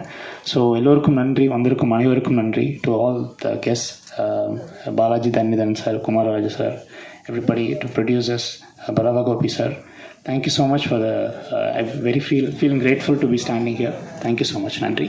இன்று இயக்குனராக அறிமுகமாகிறார். எமக்கு தொழில் ரொமான்ஸ் படம் மூலம் கனவு மெய்ப்பட கனவு தொழிற்சாலை இவர் படம் இடம் பிடிக்க வாழ்த்துக்களோடு அழைக்கிறோம் இயக்குனர் பாலாஜி கேசவன் அவர்களை. அனைவருக்கும் வணக்கம். எமக்கு தொழில் ரொமான்ஸ் இது வந்து ஒரு ஜாலியான படம் தான். ரொம்ப பெரிய ட்விஸ்டன்ட்டானோ பெரிய புதுமையோ அப்படி கிடையாது. ரொம்ப இன்ட்ரெஸ்டிங்கான ஒரு படம் பண்ணணும். அது நம்ம யோசிக்கும் போதும் எழுதும்போதும் எடுக்கும்போதும் அந்த நோக்கத்தில் எடுக்கப்பட்டது தான் அந்த படம். என்டர்டெயின் பண்ணணும் அப்படின்றது அது இப்போ படமாக பார்க்கும்போதும் அது இருக்குது. பட் படத்தை சுற்றி நடந்த விஷயங்கள் பயங்கரமான திருப்பங்களும் திகிலூட்டும் சம்பவங்களுமா இருந்தது. பட் இது முடிஞ்சு இப்போ இது வந்திருக்கிறது ரொம்ப மகிழ்ச்சியாக இருக்குது. அது இல்லாமல் நிறைய பேத்துக்கு நான் நன்றி சொல்லணும். இந்த படத்தில் வந்து என்னோடய தயாரிப்பாளர் சுதாகரனில் ஆரம்பித்து இந்த படத்தில் ஒர்க் பண்ண நடிகர் நடிகைகள், டெக்னீஷியன்ஸ், அது ஒரு பெரிய பட்டியல். அது சொல்கிறதுக்கு நிறையா இருக்குது. பட் நிறையா பேசியிருக்காங்க, இன்னும் பேசணுங்கிறதுனால நான் ரொம்ப சுருக்கமாக சொல்கிறேன். நிவாஸ்க்கு ரொம்ப தேங்க்ஸ். நிவாஸ் சொன்ன மாதிரி தான். நிவாஸ் கூட அவ்வளோ சண்டை போட்டிருக்கா. அவர் ஒரு தம்பி. அது வந்து என்னென்னா அது சேட்டை பண்ணுற தம்பி. அது சில பேர் நல்லா புத்திசாலியாக இருப்பாங்க, படிக்க மாட்டாங்க, உட்காந்து படிக்க மாட்டாங்கல்ல, அந்த மாதிரி அவர் கூட ஒர்க் பண்ணும்போது கொஞ்சம் அந்த மாதிரி விஷயங்கள் அந்த மாதிரி நடந்தது. ரொம்ப நல்லா வந்திருக்கு. சினிமாட்டோகிராஃபர் கணேஷ் சந்திரா அவரும் அப்படி தான். எனக்கு எப்போவுமே இந்த ஸ்பாட்டில் ஒர்க் பண்ணும்போது நம்ம என்ன பிரச்சனைகளோட ஒர்க் பண்ணாலுமே அது வந்து நான் ரொம்ப ஒரு அன்பான ஒரு காதல் மிகுந்த இடமா பார்ப்பேன். ஏன்னா நம்ம ஒரு விஷயம் யோசிச்சுட்டு போகிறோம், நம்ம எங்கேயோ ஒரு உட்காந்து யோசிச்சிருப்போம், ரொம்ப ஈஸியாக யோசிச்சிருப்போம். அதை எடுக்கிறதுக்கு அந்த ஒரு 30-40 பேர் அந்த ஒரு புள்ளியில் கவனம் வச்சு, அது ஃபோக்கஸ் புல்லிலேருந்து ட்ராலி தள்ளுறவங்கலேருந்து அந்த மூச்சு பிடிச்சி அந்த 30-40 பேர் அந்த ஒரு புள்ளியில் வேலை பார்க்குறாங்கல்ல, அந்த இடத்த பார்க்கும்போதே நமக்கு ரொம்ப சந்தோஷமாக இருக்கும். நம்ம ஒரு விஷயம் யோசித்தோம், அது அவ்வளோ பேர் வேலை பார்க்குறது என்னென்னா அவங்களுக்கு காசு தர்றாங்க, இல்லை அவங்கள இம்ப்ரெஸ் பண்ணணும், அதெல்லாம் கிடையாது. முழுக்க அந்த சினிமா மேலே இருக்கிற அவங்களோட பேஷன் இருக்குல்ல, அது பார்க்கும்போது நமக்கு அவ்வளோ சந்தோஷமாக இருக்கும். என்ன பிரச்சனை இருந்தாலும் நம்ம அதை எடுத்துடலாம். அப்படி இந்த கேமராமேன்லாம் வந்து பார்த்தா ஒரு ஷாட் எடுத்துகிட்டு நம்ம பரபரப்பாக போயிட்டுருப்போம். ப்ளீஸுங்க ஒரே ஷாட் அப்படி லென்ஸ் மாற்றி அப்படியே எடுத்துடுறேன் பாரு. ஏன் கெஞ்சுறேன், நீ நம்ம படத்துக்கு தான் எடுக்கிறேன். ஆனால் பட் நம்ம சீக்கிரம் போகணும் அப்படின்ற மாதிரி போயிடுவோம். அதே மாதிரி பார்த்தா எல்லாருமே மெயின் டெக்னீஷியன் இல்லை, அந்த டீமில் ஒர்க் பண்ணுற எல்லாருமே அந்த ஒரு ஸ்க்ரீன்லாம் வந்து அந்த ப்ளோயர் வச்சு ஒருத்தர் வந்து கிருன்னு அடிச்சிட்டு இருக்காரு அந்த காற்றுல, ஸ்க்ரீன் ஃப்ரேம் எட்ஜில் ஆடணுன்ட்டு. அது எனக்கு டிஸ்டர்ப் ஆகுதுன்னு போய் இந்த ஸ்க்ரீனை விலைக்கு பார்த்தா அந்த அசிஸ்டன்ட் கேமராமேன் வந்து ஒரு பூனை மாதிரி சுருண்டு படுத்து அடிச்சிட்டு இருக்காரு. அப்படி பார்த்தோன்னே அப்படி பார்த்தாப்புல டிஸ்டர்பன்ஸாக இருக்குன்னே சரி அப்படின்னாப்புல. அவர் வந்து என்னென்னா அவர் வீட்டில் சாப்பிட்டுட்டு தட்டை கழுவாரான்னு தெரியாது. ஆனால் இந்த வேலையை அவர் பண்ணுறாருன்னா அவர் கேமராமேனை இம்ப்ரெஸ் பண்ணணும் இல்லை என்ன, அப்படி கிடையாது. அவருக்கு சினிமா மேலே இருக்கிற ஆர்வம். அப்படி அந்த தொழிலில் வேலை பார்க்குறவங்க மொத்தமாக வேலை பார்க்கும்போது ஒன்று இருக்கும்ல, அதை நான் இந்த படம் ஒர்க் பண்ணும்போது மொத்த டீம் கூடயும் நான் ஃபீல் பண்ணேன். அவங்க எல்லாருக்குமே என்னோட நன்றிகளை சொல்லிக்கிறேன். Alan editor, Alan, Jai art director, எல்லா பேருமே என்னோட அசிஸ்டன்ட் டைரக்டர்ஸ் எல்லாருக்குமே நான் நன்றி சொல்லிக்கிறேன். அவர் திருமலை அவர்களுக்கு நான் மிகப்பெரிய நன்றி சொல்கிறேன். ஏன்னா அவர் ஆக்சுவலாக இது எமக்கு தொழில் ரொமான்ஸ், அவர் எமக்கு தொழில் போர் அப்படிங்கிற மாதிரி ஒன்று ஆரம்பித்தார். அதனால் வந்து அவர் சொல்ல வேண்டிய விஷயங்கள் அவர் அது போராட்டத்துக்கு அப்புறம் இந்த படத்தை வெளியில் எடுத்துகிட்டு வர்றாரு. உங்கள் பார்க்குற எல்லாருக்குமே இந்த படம் வந்து ஒரு நல்ல ஒரு ஜாலியான ஒரு மூடில் இருக்கும்னு நம்புகிறேன். அப்புறம் திரைத்துறையில் இருக்க பெரிய ஆட்கள் அவங்க இந்த மேடையில் இருக்கிறது, என்னோடய படத்துக்கு வந்திருக்கிறதுன்றது வந்து எனக்கு வந்து ரொம்ப சந்தோஷமாக இருக்குது. இப்போ செல்வமணி சாராக இருக்கட்டும், சிவா சாராக இருக்கட்டும், அப்புறம் அந்த ஒரு அலெக்சாண்டர் அவர் ப்ரொடியூசர்லாம் வந்து அவரை நான் பார்த்தது கூட கிடையாது. ஒரு படத்தை பார்த்துட்டு ஜெனுவனாக அந்த படத்தை பார்த்து என்ஜாய் பண்ணேன்னு சொல்லும்போது நமக்கு சந்தோஷமாக இருக்குது. எனக்கு வந்து என்னென்னா நான் இப்போவும் ஒரு சாதாரண ரசிகன் தான். நான் இந்த படமும் ஒரு சாதாரண படம் தான். பட் என்னென்னா நமக்கு நானே இப்போ ட்ரெய்லர் டீசர் பார்க்கும்போது ஏதோ ஒரு படம் பார்க்குறவங்க சந்தோஷத்தில் தான் உட்காந்துருந்தது. என்னோட படங்கிறது இல்லை, நமக்கு எப்போவுமே அந்த ஒரு படம் பார்க்குறவங்கிற ஒரு மகிழ்ச்சி இருக்கும்ல, அது வந்து அது எனக்கு அந்த மாதிரி தான் அதை எடுத்துருக்குறோம். எல்லாரும் அப்படி சொல்கிறது, இவங்க எல்லாம் வந்திருக்கிறது, என்னை வாழ்த்துனது, ரொம்ப ஜெனுவனாக சொன்னது எனக்கு ரொம்ப சந்தோஷமாக இருக்குது. முக்கியமாக என்னோட நண்பர்கள் பாலாஜி தரணிதரன், செல்லா, குமார் ராஜா, அவங்களுக்குலாம் நான் என்னோட மிகப்பெரிய நன்றியை சொல்லிக்கிறேன். ஏன்னா என்னோட நண்பர்கள் தான் எனக்கு ஒரு வகையில் ஆசான்கள். உங்ககிட்ட தான் நான் கற்றுக்கிறேன். நான் வந்து நிறைய படம் பார்த்து புக்கு படித்து அப்படிலாம் கிடையாது. நம்ம இப்போ பாலாஜி கூட நான் ஒரு படம் பார்க்குறேன்னா அந்த பாலாஜி படம் பார்க்கும்போதே அவரோட பார்வையில் சில விஷயங்கள் சொல்லும்போது அது நமக்கு லேர்னிங்காக இருக்கும். குமார் ராஜாவும் அப்படி தான். குமார் ராஜாலாம் வந்து அவர் கூட இந்த குமார் ராஜா, செல்லா, பாலாஜி 3 பேருக்குள்ள ஒற்றுமை என்னென்னா, இவங்ககிட்ட பேசிட்டு போயிட்டேன்னா வீட்டில் நினச்சி சிரிச்சிட்டு இருப்பேன். அப்படி ஒரு பயங்கரமான கமெண்ட் சொல்லுவாங்க. ரொம்ப ஹியூமர் சென்ஸு, சினிமா மேலே இருக்க பேஷன். அவங்களோட இருக்கும்போது என்னென்னா நமக்கு பத்தலைன்ற ஒரு உணர்வு இருந்துகிட்டே இருக்கும். இன்னும் இந்த பிரேம்குமார் 96 டைரக்டர், அவர் தான் அந்த ப்ராஜெக்ட் அசம்பிள் பண்ணார். என்னென்னா இன்னொன்று, நம்ம எல்லா லைஃப்பில் ஜென்ரலாகவே நட்புங்கிறது ஒரு முக்கியமான பங்காக இருந்தால் கூட சினிமா துறையில் அதோட இதை நீங்கள் கண்ணு முன்னாடி பார்க்கலாம். என்னென்னா இப்போ பிரேம் இதை கூப்பிட்டு போய் நீங்கள் படம் பண்ணுங்கன்னு ப்ரொடியூசரை ஜாயின் பண்ணுறாரு. ஒருத்தருக்கு ஒருத்தர் சொல்கிறது இருக்குல்ல, நம்ம அசிஸ்டண்ட்டாக ஒர்க் பண்ணும்போதோ படம் பண்ணும்போதோ. இப்போ பக்ஸு தான் பாலாஜி தரணிதரனுக்கு பக்ஸு போய் ஒரு இடத்துல கதை சொல்கிறான். கதை கேட்டுட்டு அவங்க இல்லைங்க நாங்கள் பட்ஜெட்டில் சின்னதாக பண்ணலான்னு பாலாஜி தரணிதரனை கூப்பிட்டு போய் இந்த படத்தை பண்ண சொல்லலாம். இப்படி நண்பர்களுக்குள்ளே பண்ணிக்கிறது இருக்குல்ல, அது நம்மளை வழி நடத்துறதுன்னு சொல்லி என்னோட சினிமா துறையிலையும் சரி, என்னோட பர்சனல் லைஃப்லேயும் என்னோட காலேஜ் ஃப்ரெண்ட்ஸ்க்கு மிகப்பெரிய பங்கு இருக்குது. ஸ்கூல் ஃப்ரெண்ட்ஸு, என்னோடய பர்சனல் லைஃப்லையும் நான் இங்கே நிற்கும்போது ரொம்ப சந்தோஷமாக இருக்குது. அது ஒரு பெரிய பட்டியல். என்னோடய அப்பா அம்மாவுக்கு என்னோட மிகப்பெரிய நன்றி. அப்பா இருந்தாருன்னா ரொம்ப சந்தோஷப்பட்டிருப்பார். அதே மாதிரி எனக்கு அப்பா அம்மா எல்லாருமே என்னோட அண்ணன் தான். அவர் ஒரு ஒளிப்பதிவாளர். நான் இங்கே இருக்கிறேன், இல்லை நான் இப்படி ஒன்று இருக்கிறேன்னா அது முழுமையாக ஒருத்தர் சொல்லணும்னா அது என்னோட அண்ணன் தான். ஏன்னா அவர் நான் இப்படி ஒரு தம்பி இருந்தான்னா அவங்கெல்லாம் சாதாரண நாட்கள்னால ஹேண்டில் பண்ண முடியாது. அவர் பையனுக்கு கூட பண்ணுவாரா, என்னோட நந்தன் கூட பண்ணுவாரான்னு தெரியாது, அந்த மாதிரி. அப்புறம் நான் அந்த படம் ஆரம்பிக்கும் போது எமக்கு தொழிலுமான்னு ரொம்ப ஜாலியான படம். அப்படி நிறைய போய் வரும்போது கடைசியில் என் செயல் ஆவது யாதொன்றும் இல்லை, இனி தெய்வமே எல்லாம் உன் செயல் என்று உணரப்பட்டேங்கிற ஒரு பட்டினத்தார் மனநிலைக்கு வந்தாலும் நான் வந்துட்டேன் ஓகே. பட் என்னோட மனைவி அவங்க அதில் கோத்ரூ பண்ணுறது இருக்குல்ல, அவங்க நான் உண்மையிலே நான் எங்கள் அம்மா, நான் ஒரு பெண்கள் நம்ம கூட இருக்கிறவங்களை பார்க்கும்போது இது இதன் மூலமாக என்னென்னா சினிமாவில் இருக்கிற ஒர்க் பண்ணுற டைரக்டர்ஸ் எல்லாரோடையும் அந்த குடும்பத்தில் இருக்க பெண்கள் இருக்கிறாங்கல்ல, அவங்கள நினச்சி நான் ஒரு நாளும் ஆச்சரியப்படுறேன். என்னோட மதர் இல்லா அவங்களும் அப்படி தான். என்னோட ஃபாதர் இல்லா அவரும் டைரக்டர் தான். அவங்க எல்லாரையுமே பார்க்குறேன்ல, அவங்க கோத்ரூ பண்ணுறது அவங்களோட ஸ்ட்ரென்த் இருக்குல்ல. இப்போது நான் இந்த ஃபங்க்ஷனில் கேர்லெஸ்ஸாக இருக்கிறேன், என்னோட மனைவி அவங்க அதோட பதட்டம் இருக்குல்ல, இது சரியாக நடக்கணும், சரியாக வரணும், நீ பண்ணிட்டியா அது பண்ணிட்டியா என்னடா என்ன ஸ்கூலில் கூட இப்படி பண்ணதில்லைன்ற மாதிரி இருக்கும்.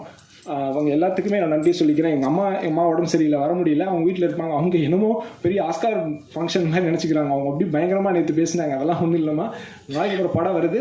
இது என்னோட பர்சனல் கதை, என்ன சொல்கிறேன்னு நினைக்காதீங்க. இது நான் சொல்ல வேண்டியது முதல் மேடைங்கிறதுனால இதெல்லாம் சொல்கிறேன். எல்லாருக்கும் மிக்க நன்றி. இந்த படம் உங்களுக்கு ஒரு ஃபேமிலி என்டர்டெய்னராக இருக்கும். கூடிய விரைவில் ஒரு ஆகஸ்ட் 9 அந்த மாதிரிலாம் பிளான் பண்ணுறோம். அது அவங்க முடிவு பண்ணி சொல்லுவாங்க. மற்றபடி என்னை நன்றி சொல்ல சொன்னாங்க. உண்மையிலே என் மனசில் அது மட்டும்தான் இருக்குது. முதல்ல நமக்கு நடக்கிற ஒரு படத்தில் அது இதுன்னு சிக்கல் வரும்போது நமக்கு கோபம், அவன் மேலே இப்படிலாம் இருக்கும். ஆனால் உண்மையிலே இந்த இடத்துல நிற்கும் போது எனக்கு அந்த கிராட்டிடியூட் தான் இருக்குது. அது எல்லாருக்கு மேலே இருக்குது. இந்த சினிமாவில் இவ்வளோ நாள் ஒர்க் பண்ணது சொல்ல மறந்துட்டேன். எழில் சார் நான் இன்னைக்கு சர்ப்ரைஸ். எழில் சார் பார்த்தோன்னே நான் அசிஸ்டண்ட்டாக சேரணும்னு ட்ரை பண்ணும்போது எங்கள் அண்ணன் என்கிட்ட சொன்னார், டேய் நீ அசிஸ்டண்ட்டாக போய் சேர்றது, அது தொழில் கற்றுக்கிறது, படம் எடுக்கிறது, அதெல்லாம் உன்னோட பர்சனல் இது. பட் நீ ஒரு டைரக்டர்கிட்ட போய் ஒர்க் பண்ணும்போது அவங்களோட கேரக்டர், அவங்களோட அப்ரோச்சு, அது ஒன்று அழியாமல் இன்ஃப்ளூயன்ஸ் பண்ணும். அப்போ நீ சரியான ஆளை தேர்ந்தெடுத்து போகணுன்னு அவர் என்கிட்ட சொன்ன முதல் டைரக்டர் எழில் சார். ஏன்னா அப்போ அவர் கூட ஒர்க் பண்ணியிருந்தார். அப்புறமா எழில் சார் கூட ஒர்க் பண்ணேன். எழில் சார் கூட நீங்கள் ஒரு பாலிடிக்ஸ் இருக்காது. செல்லா கூட ஒர்க் பண்ணார். செல்லா எனக்கு அப்புறம் ஒர்க் பண்ணார். எழில் சாரோட ஒர்க் பண்ணும்போது உங்களை அவ்வளோ ப்ளசண்ட்டாக இருக்கும். எழில் சார் கூட அதுதான். அப்புறம் லிங்சாமி சார் கூட ஒர்க் பண்ணேன். அவருக்கும் நான் மிகப்பெரிய நன்றி சொல்லிக்கிறேன். ஏன்னா அவர் கொடுத்த ஃப்ரீடம், அவரோட அந்த இடத்துல நான் நிறைய கற்றுக்கிட்டேன். அது எல்லாமே நண்பர்கள்கிட்டே நிறைய கற்றுக்கிட்டு இருக்கேன். நான் கற்றுக்கிட்டே இருக்கேன். படம்ன்றது அந்த முதல் எழுதுகிற கவிதை மாதிரி, அன்பே ஆரோக்கியங்கிற மாதிரி. இனி அடுத்தடுத்து நான் சிறப்பாக பண்ணணும்னு நினைக்கிறேன். வந்திருக்கிற பத்திரிகை ஊடக நண்பர்கள் அனைவருக்கும் என்னோட மிகப்பெரிய நன்றியை சொல்லிக்கிறேன். இந்த படம் உங்களுக்கு எல்லாருக்கும் பிடிக்கும். மிக்க நன்றி. இயக்குநர்களும் வந்திருக்காங்க. நட்புகளால் சூழ்ந்த உலகு அப்படிங்கிற மாதிரி இருக்கு. அடுத்ததாக நாம் பேச அழைக்கிறோம் சுப்ரீம் கோர்ட் பாஸ்கர் அவர்களை சில வார்த்தைகள் வாழ்த்து பேச அழைக்கிறோம். அனைவருக்கும் இனிய காலை வணக்கம். எமக்கு தொழில் ரொமான்ஸ் சிறப்பான தலைப்பு. இந்த சிறந்த படம் வெற்றியடைய எனது வாழ்த்துக்கள். எனது நண்பர் திருமலை அவர்கள் மிகுந்த சிரமப்பட்டு இந்த திரைப்படத்தை, அதாவது இந்த சிறந்த திரைப்படத்தை எடுத்திருக்கிறார். அவருடன் இணைந்து பணிபுரிந்த அனைவருக்கும் என்னுடைய வாழ்த்துக்கள். ஒரு திரைப்படம் வெளியாவதற்கு பல்வேறு பிரச்சனைகளில் முக்கியமான காரணம் நிதி, ஃபைனான்ஸ். ஃபைனான்ஸ் இல்லாததுனால தான் நிறைய படம் வந்து எடுக்க முடியாமல் இருக்குது. அண்ணன் ராஜன் அவர்கள் இருக்கின்றார். Film producer cooperative society. நம்ம சாதாரணமாக என்ன நினைப்போம்னா ஒரு கோஆப்ரேட்டிவ் சொசைட்டி, ஏதோ ஒரு 100, 500, 1000. பட்டு இந்த கோஆப்ரேட்டிவ் சொசைட்டிங்கிறது பார்த்தீங்கன்னா இந்தியா முழுக்க 1.5 லட்சம் கோடிக்கு மேலே பணம் இருக்குது. ஆனால் இதில் முக்கியமானது வந்து ஒற்றுமை.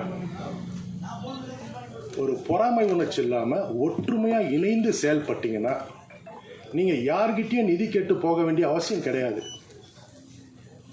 இதில் என்னன்னா கோஆப்ரேட்டிவ் சொசைட்டியில் உங்களுக்கு இன்ட்ரெஸ்ட் ரொம்ப குறைவு. ரெண்டாவது என்னன்னா கொலாட்ரல் கிடையாது. எந்த ப்ரொடியூசருமே எந்த சொத்தையும் கொடுக்க வேண்டிய அவசியம் கிடையாது. அதே மாதிரி அந்த ஃபிலிம் ப்ரொடியூசர் கோஆப்ரேட்டிவ் சொசைட்டியில் ஒரு உதாரணத்துக்கு 1 லட்சம் ரூபாய் இருக்குதுன்னா உங்களுக்கு வங்கியிலேருந்து 9 லட்சம் ரூபாய் கொடுக்குறாங்க, எந்த வித கொலாட்டலும் இல்லாமல். அது இல்லாமல் சப்சிடி இருக்குது. நீங்கள் ஒரு நல்ல திரைப்படம் கொடுக்குறீங்க, ஒரு அவேர்னஸ் மாதிரி கொடுக்குறீங்க, ஒரு க்ரீனிஷ் கொடுக்குறீங்கன்னா அதுக்கு உங்களுக்கு சப்சிடி கொடுக்குறாங்க அரசாங்கத்தில். பல்வேறு நல்ல சிறப்பு அம்சங்கள் இருக்குது. இதில் ஒரு உயர்மட்ட ஒரு அமைப்பாக ஃபிலிம் ப்ரொடியூசர் கோஆப்ரேட்டிவ் சொசைட்டி ஏற்படுத்தி ஒரு தவறு நடக்காமல், ஒரு தில்லுமுள்ளு நடக்காமல் கரெக்டாக இணைஞ்சு நீங்கள் பயணம் பண்ணிங்கன்னா நீங்கள் யார்கிட்டையும் போய் ஃபைனான்ஸ் கேட்க வேண்டிய அவசியமே கிடையாது. ஒரு 15 பேர் 20 பேர் கொண்ட உறுப்பினர் மாதிரி இணையுங்க, இணைச்சி அதை ஒரு டாப் லெவல் கமிட்டியாக வைங்க. பணம் இருக்குது, நீங்களே முடிவு பண்ணுங்க, நீங்களே முதலாளி, நீங்களே கொடுங்க. அரசாங்கத்துடைய உதவிகள் நிறைய இருக்குது அதில்.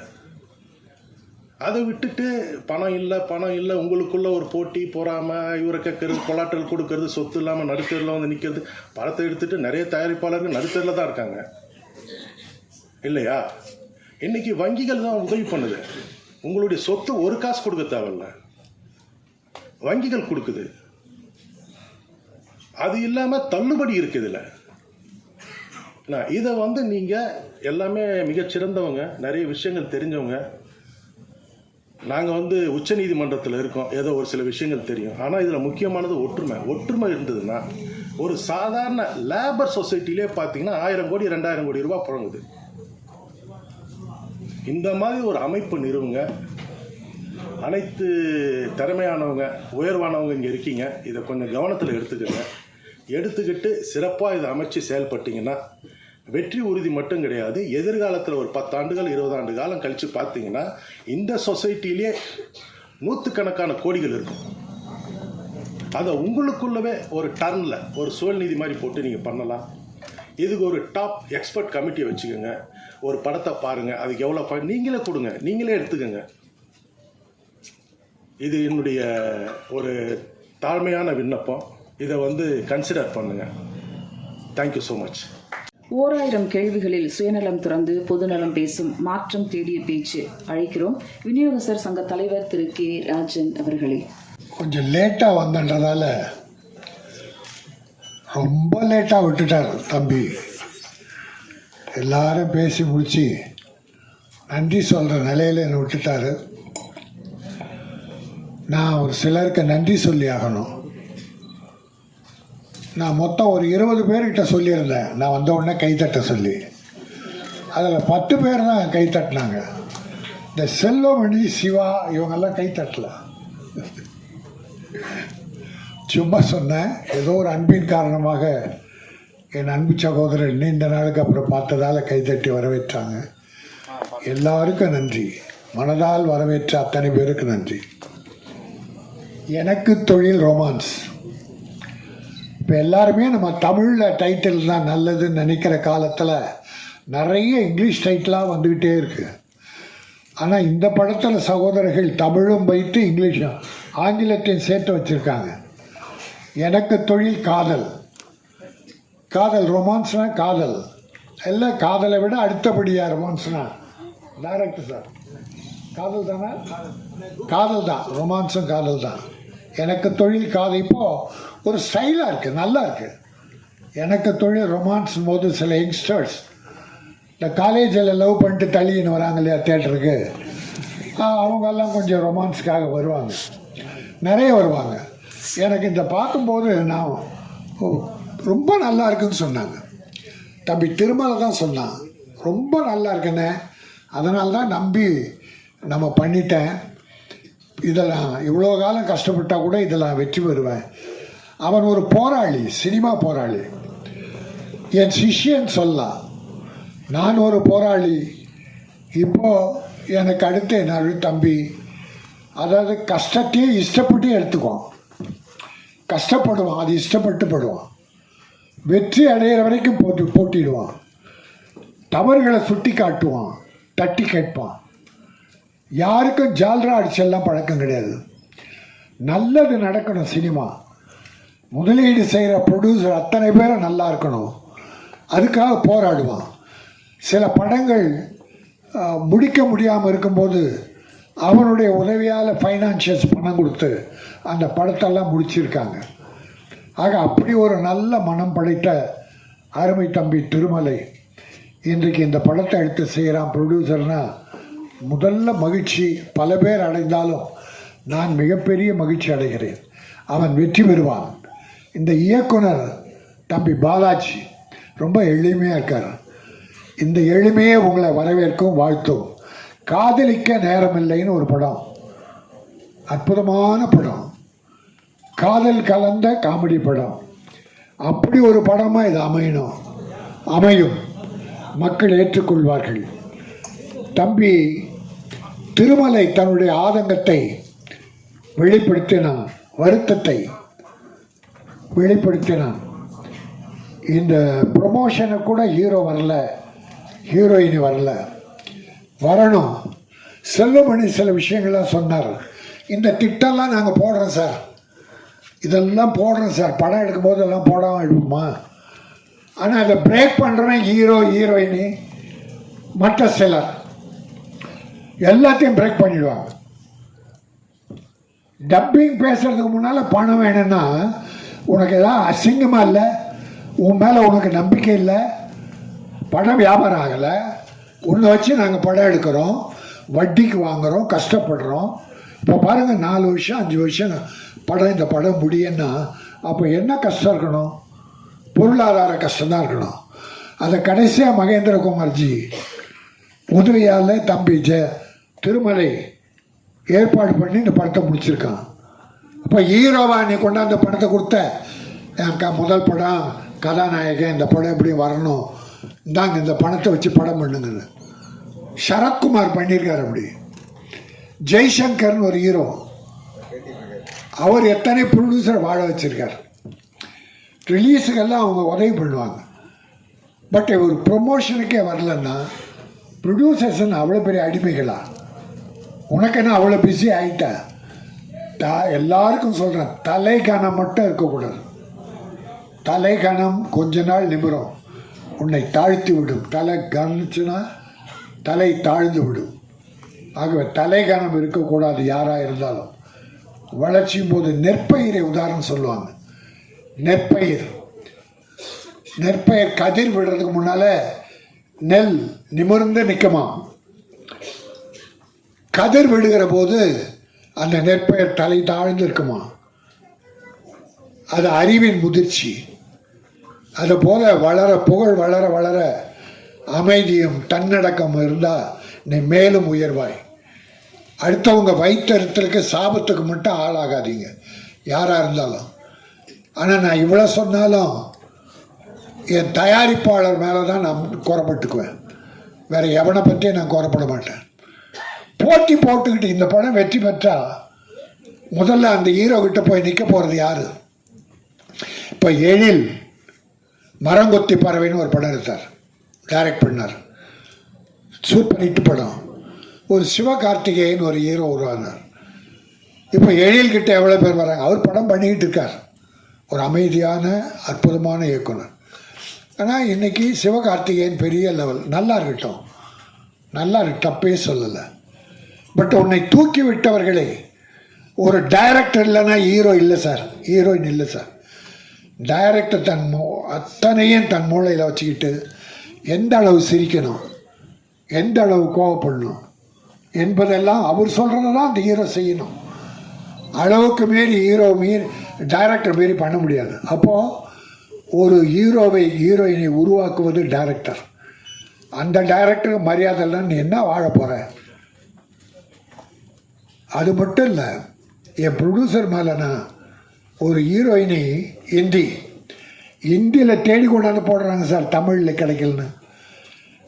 அந்த ஹீரோயினி கால் ஷீட்டு கொடுக்குறதே கஷ்டம். கொடுத்தா பாம்பேயிலேருந்து வரணும்.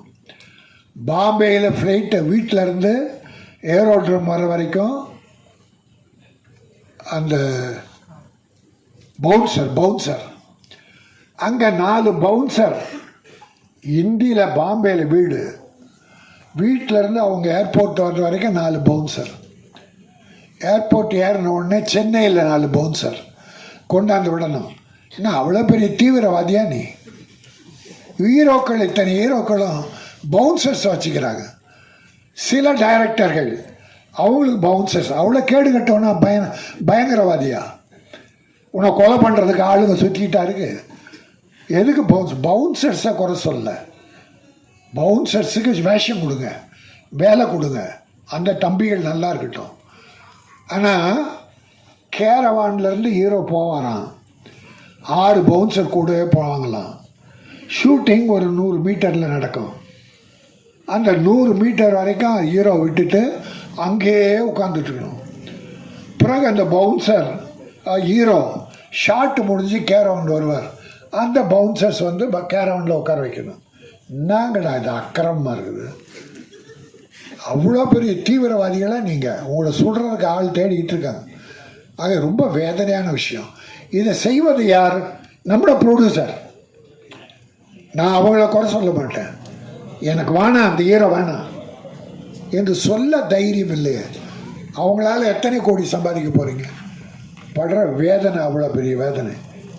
ஆகவே சில கஷ்டங்கள் ப்ரொடியூசர்ஸுக்கு பலர் செயற்கையாக கொடுக்குறாங்க.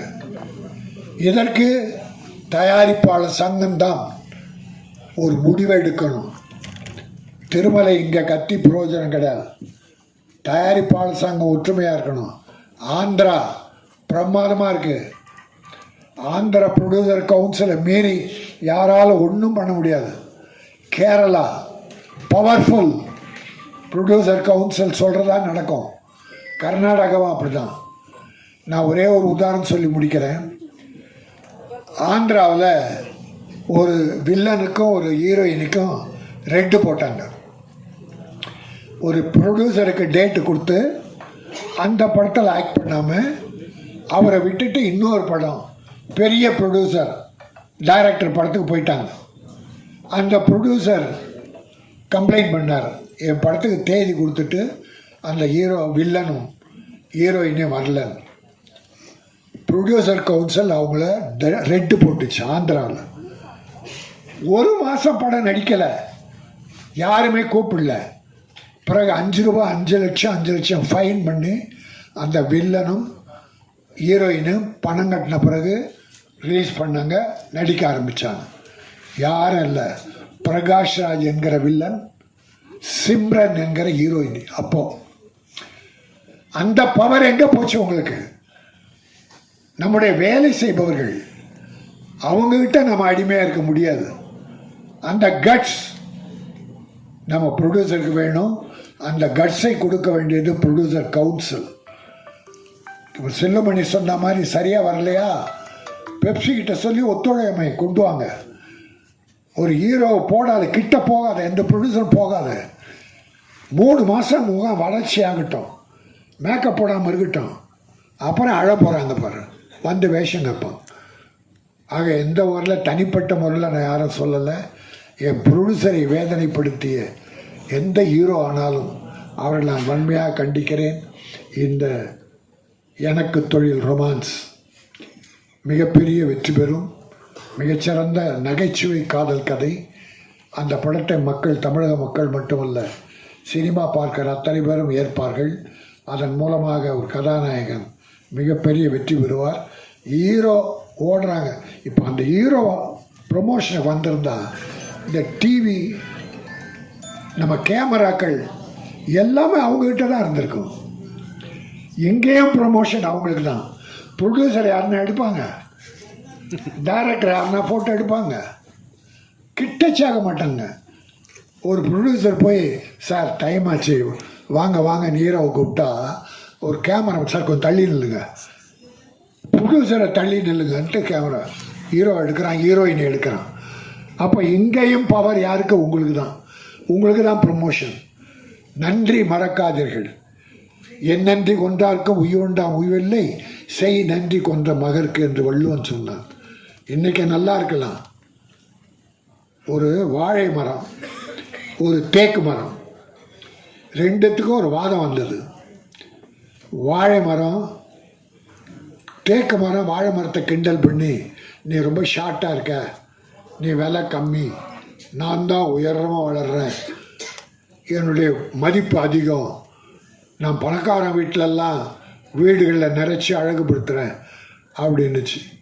வாழை மரம் சொல்லிச்சு, நீ வெட்டின பிறகு தான் நீ அழகு, உன்னை அறுத்து மரம் வளர்ந்த பிறகு தேக்கு மரத்தை அறுத்து பீரோ செய்கிறானோ என்ன பண்ணுறானோ பொருள் அழகிய பொருள். ஆனால் வாழை மரம் வாழுகிற காலத்திலேயே வளர்கிற திலேயே வாழைக்காயாக, வாழைப்பழமாக, வாழை இலையாக, தண்டாக, நாராக அத்தனை பொருளையும் வாழுகிற காலத்திலேயே மக்களுக்கு கொடுப்பது அதுதான் சிறந்தது. அது மட்டுமல்ல, அது காலம் முடியும் போது 4 வாழை கன்றுகளை விட்டு விட்டு செல்லும். இந்த மக்களுக்காக 4 வாழை கன்றுகளை விட்டு விட்டு அது அழியும். அதை கல்யாண வீட்டில் மாட்டி வைப்பாங்க, கல்யாண வீடு அலங்கரிக்க. அப்படி வாழுகிற காலத்தில் அடுத்தவர்களுக்கு உதவியாக இருக்க வேண்டும். நீ வளர்ந்தப்பட்டு யாருக்கும் உபயோகமாக இருந்து புரோஜனில் மனிதனே கிடையாது. ஆகவே இந்த எனக்கு தொழில் ரொமான்ஸ் மிகப்பெரிய வெற்றி பெற வாழ்த்துகிறேன். நன்றி, வணக்கம்.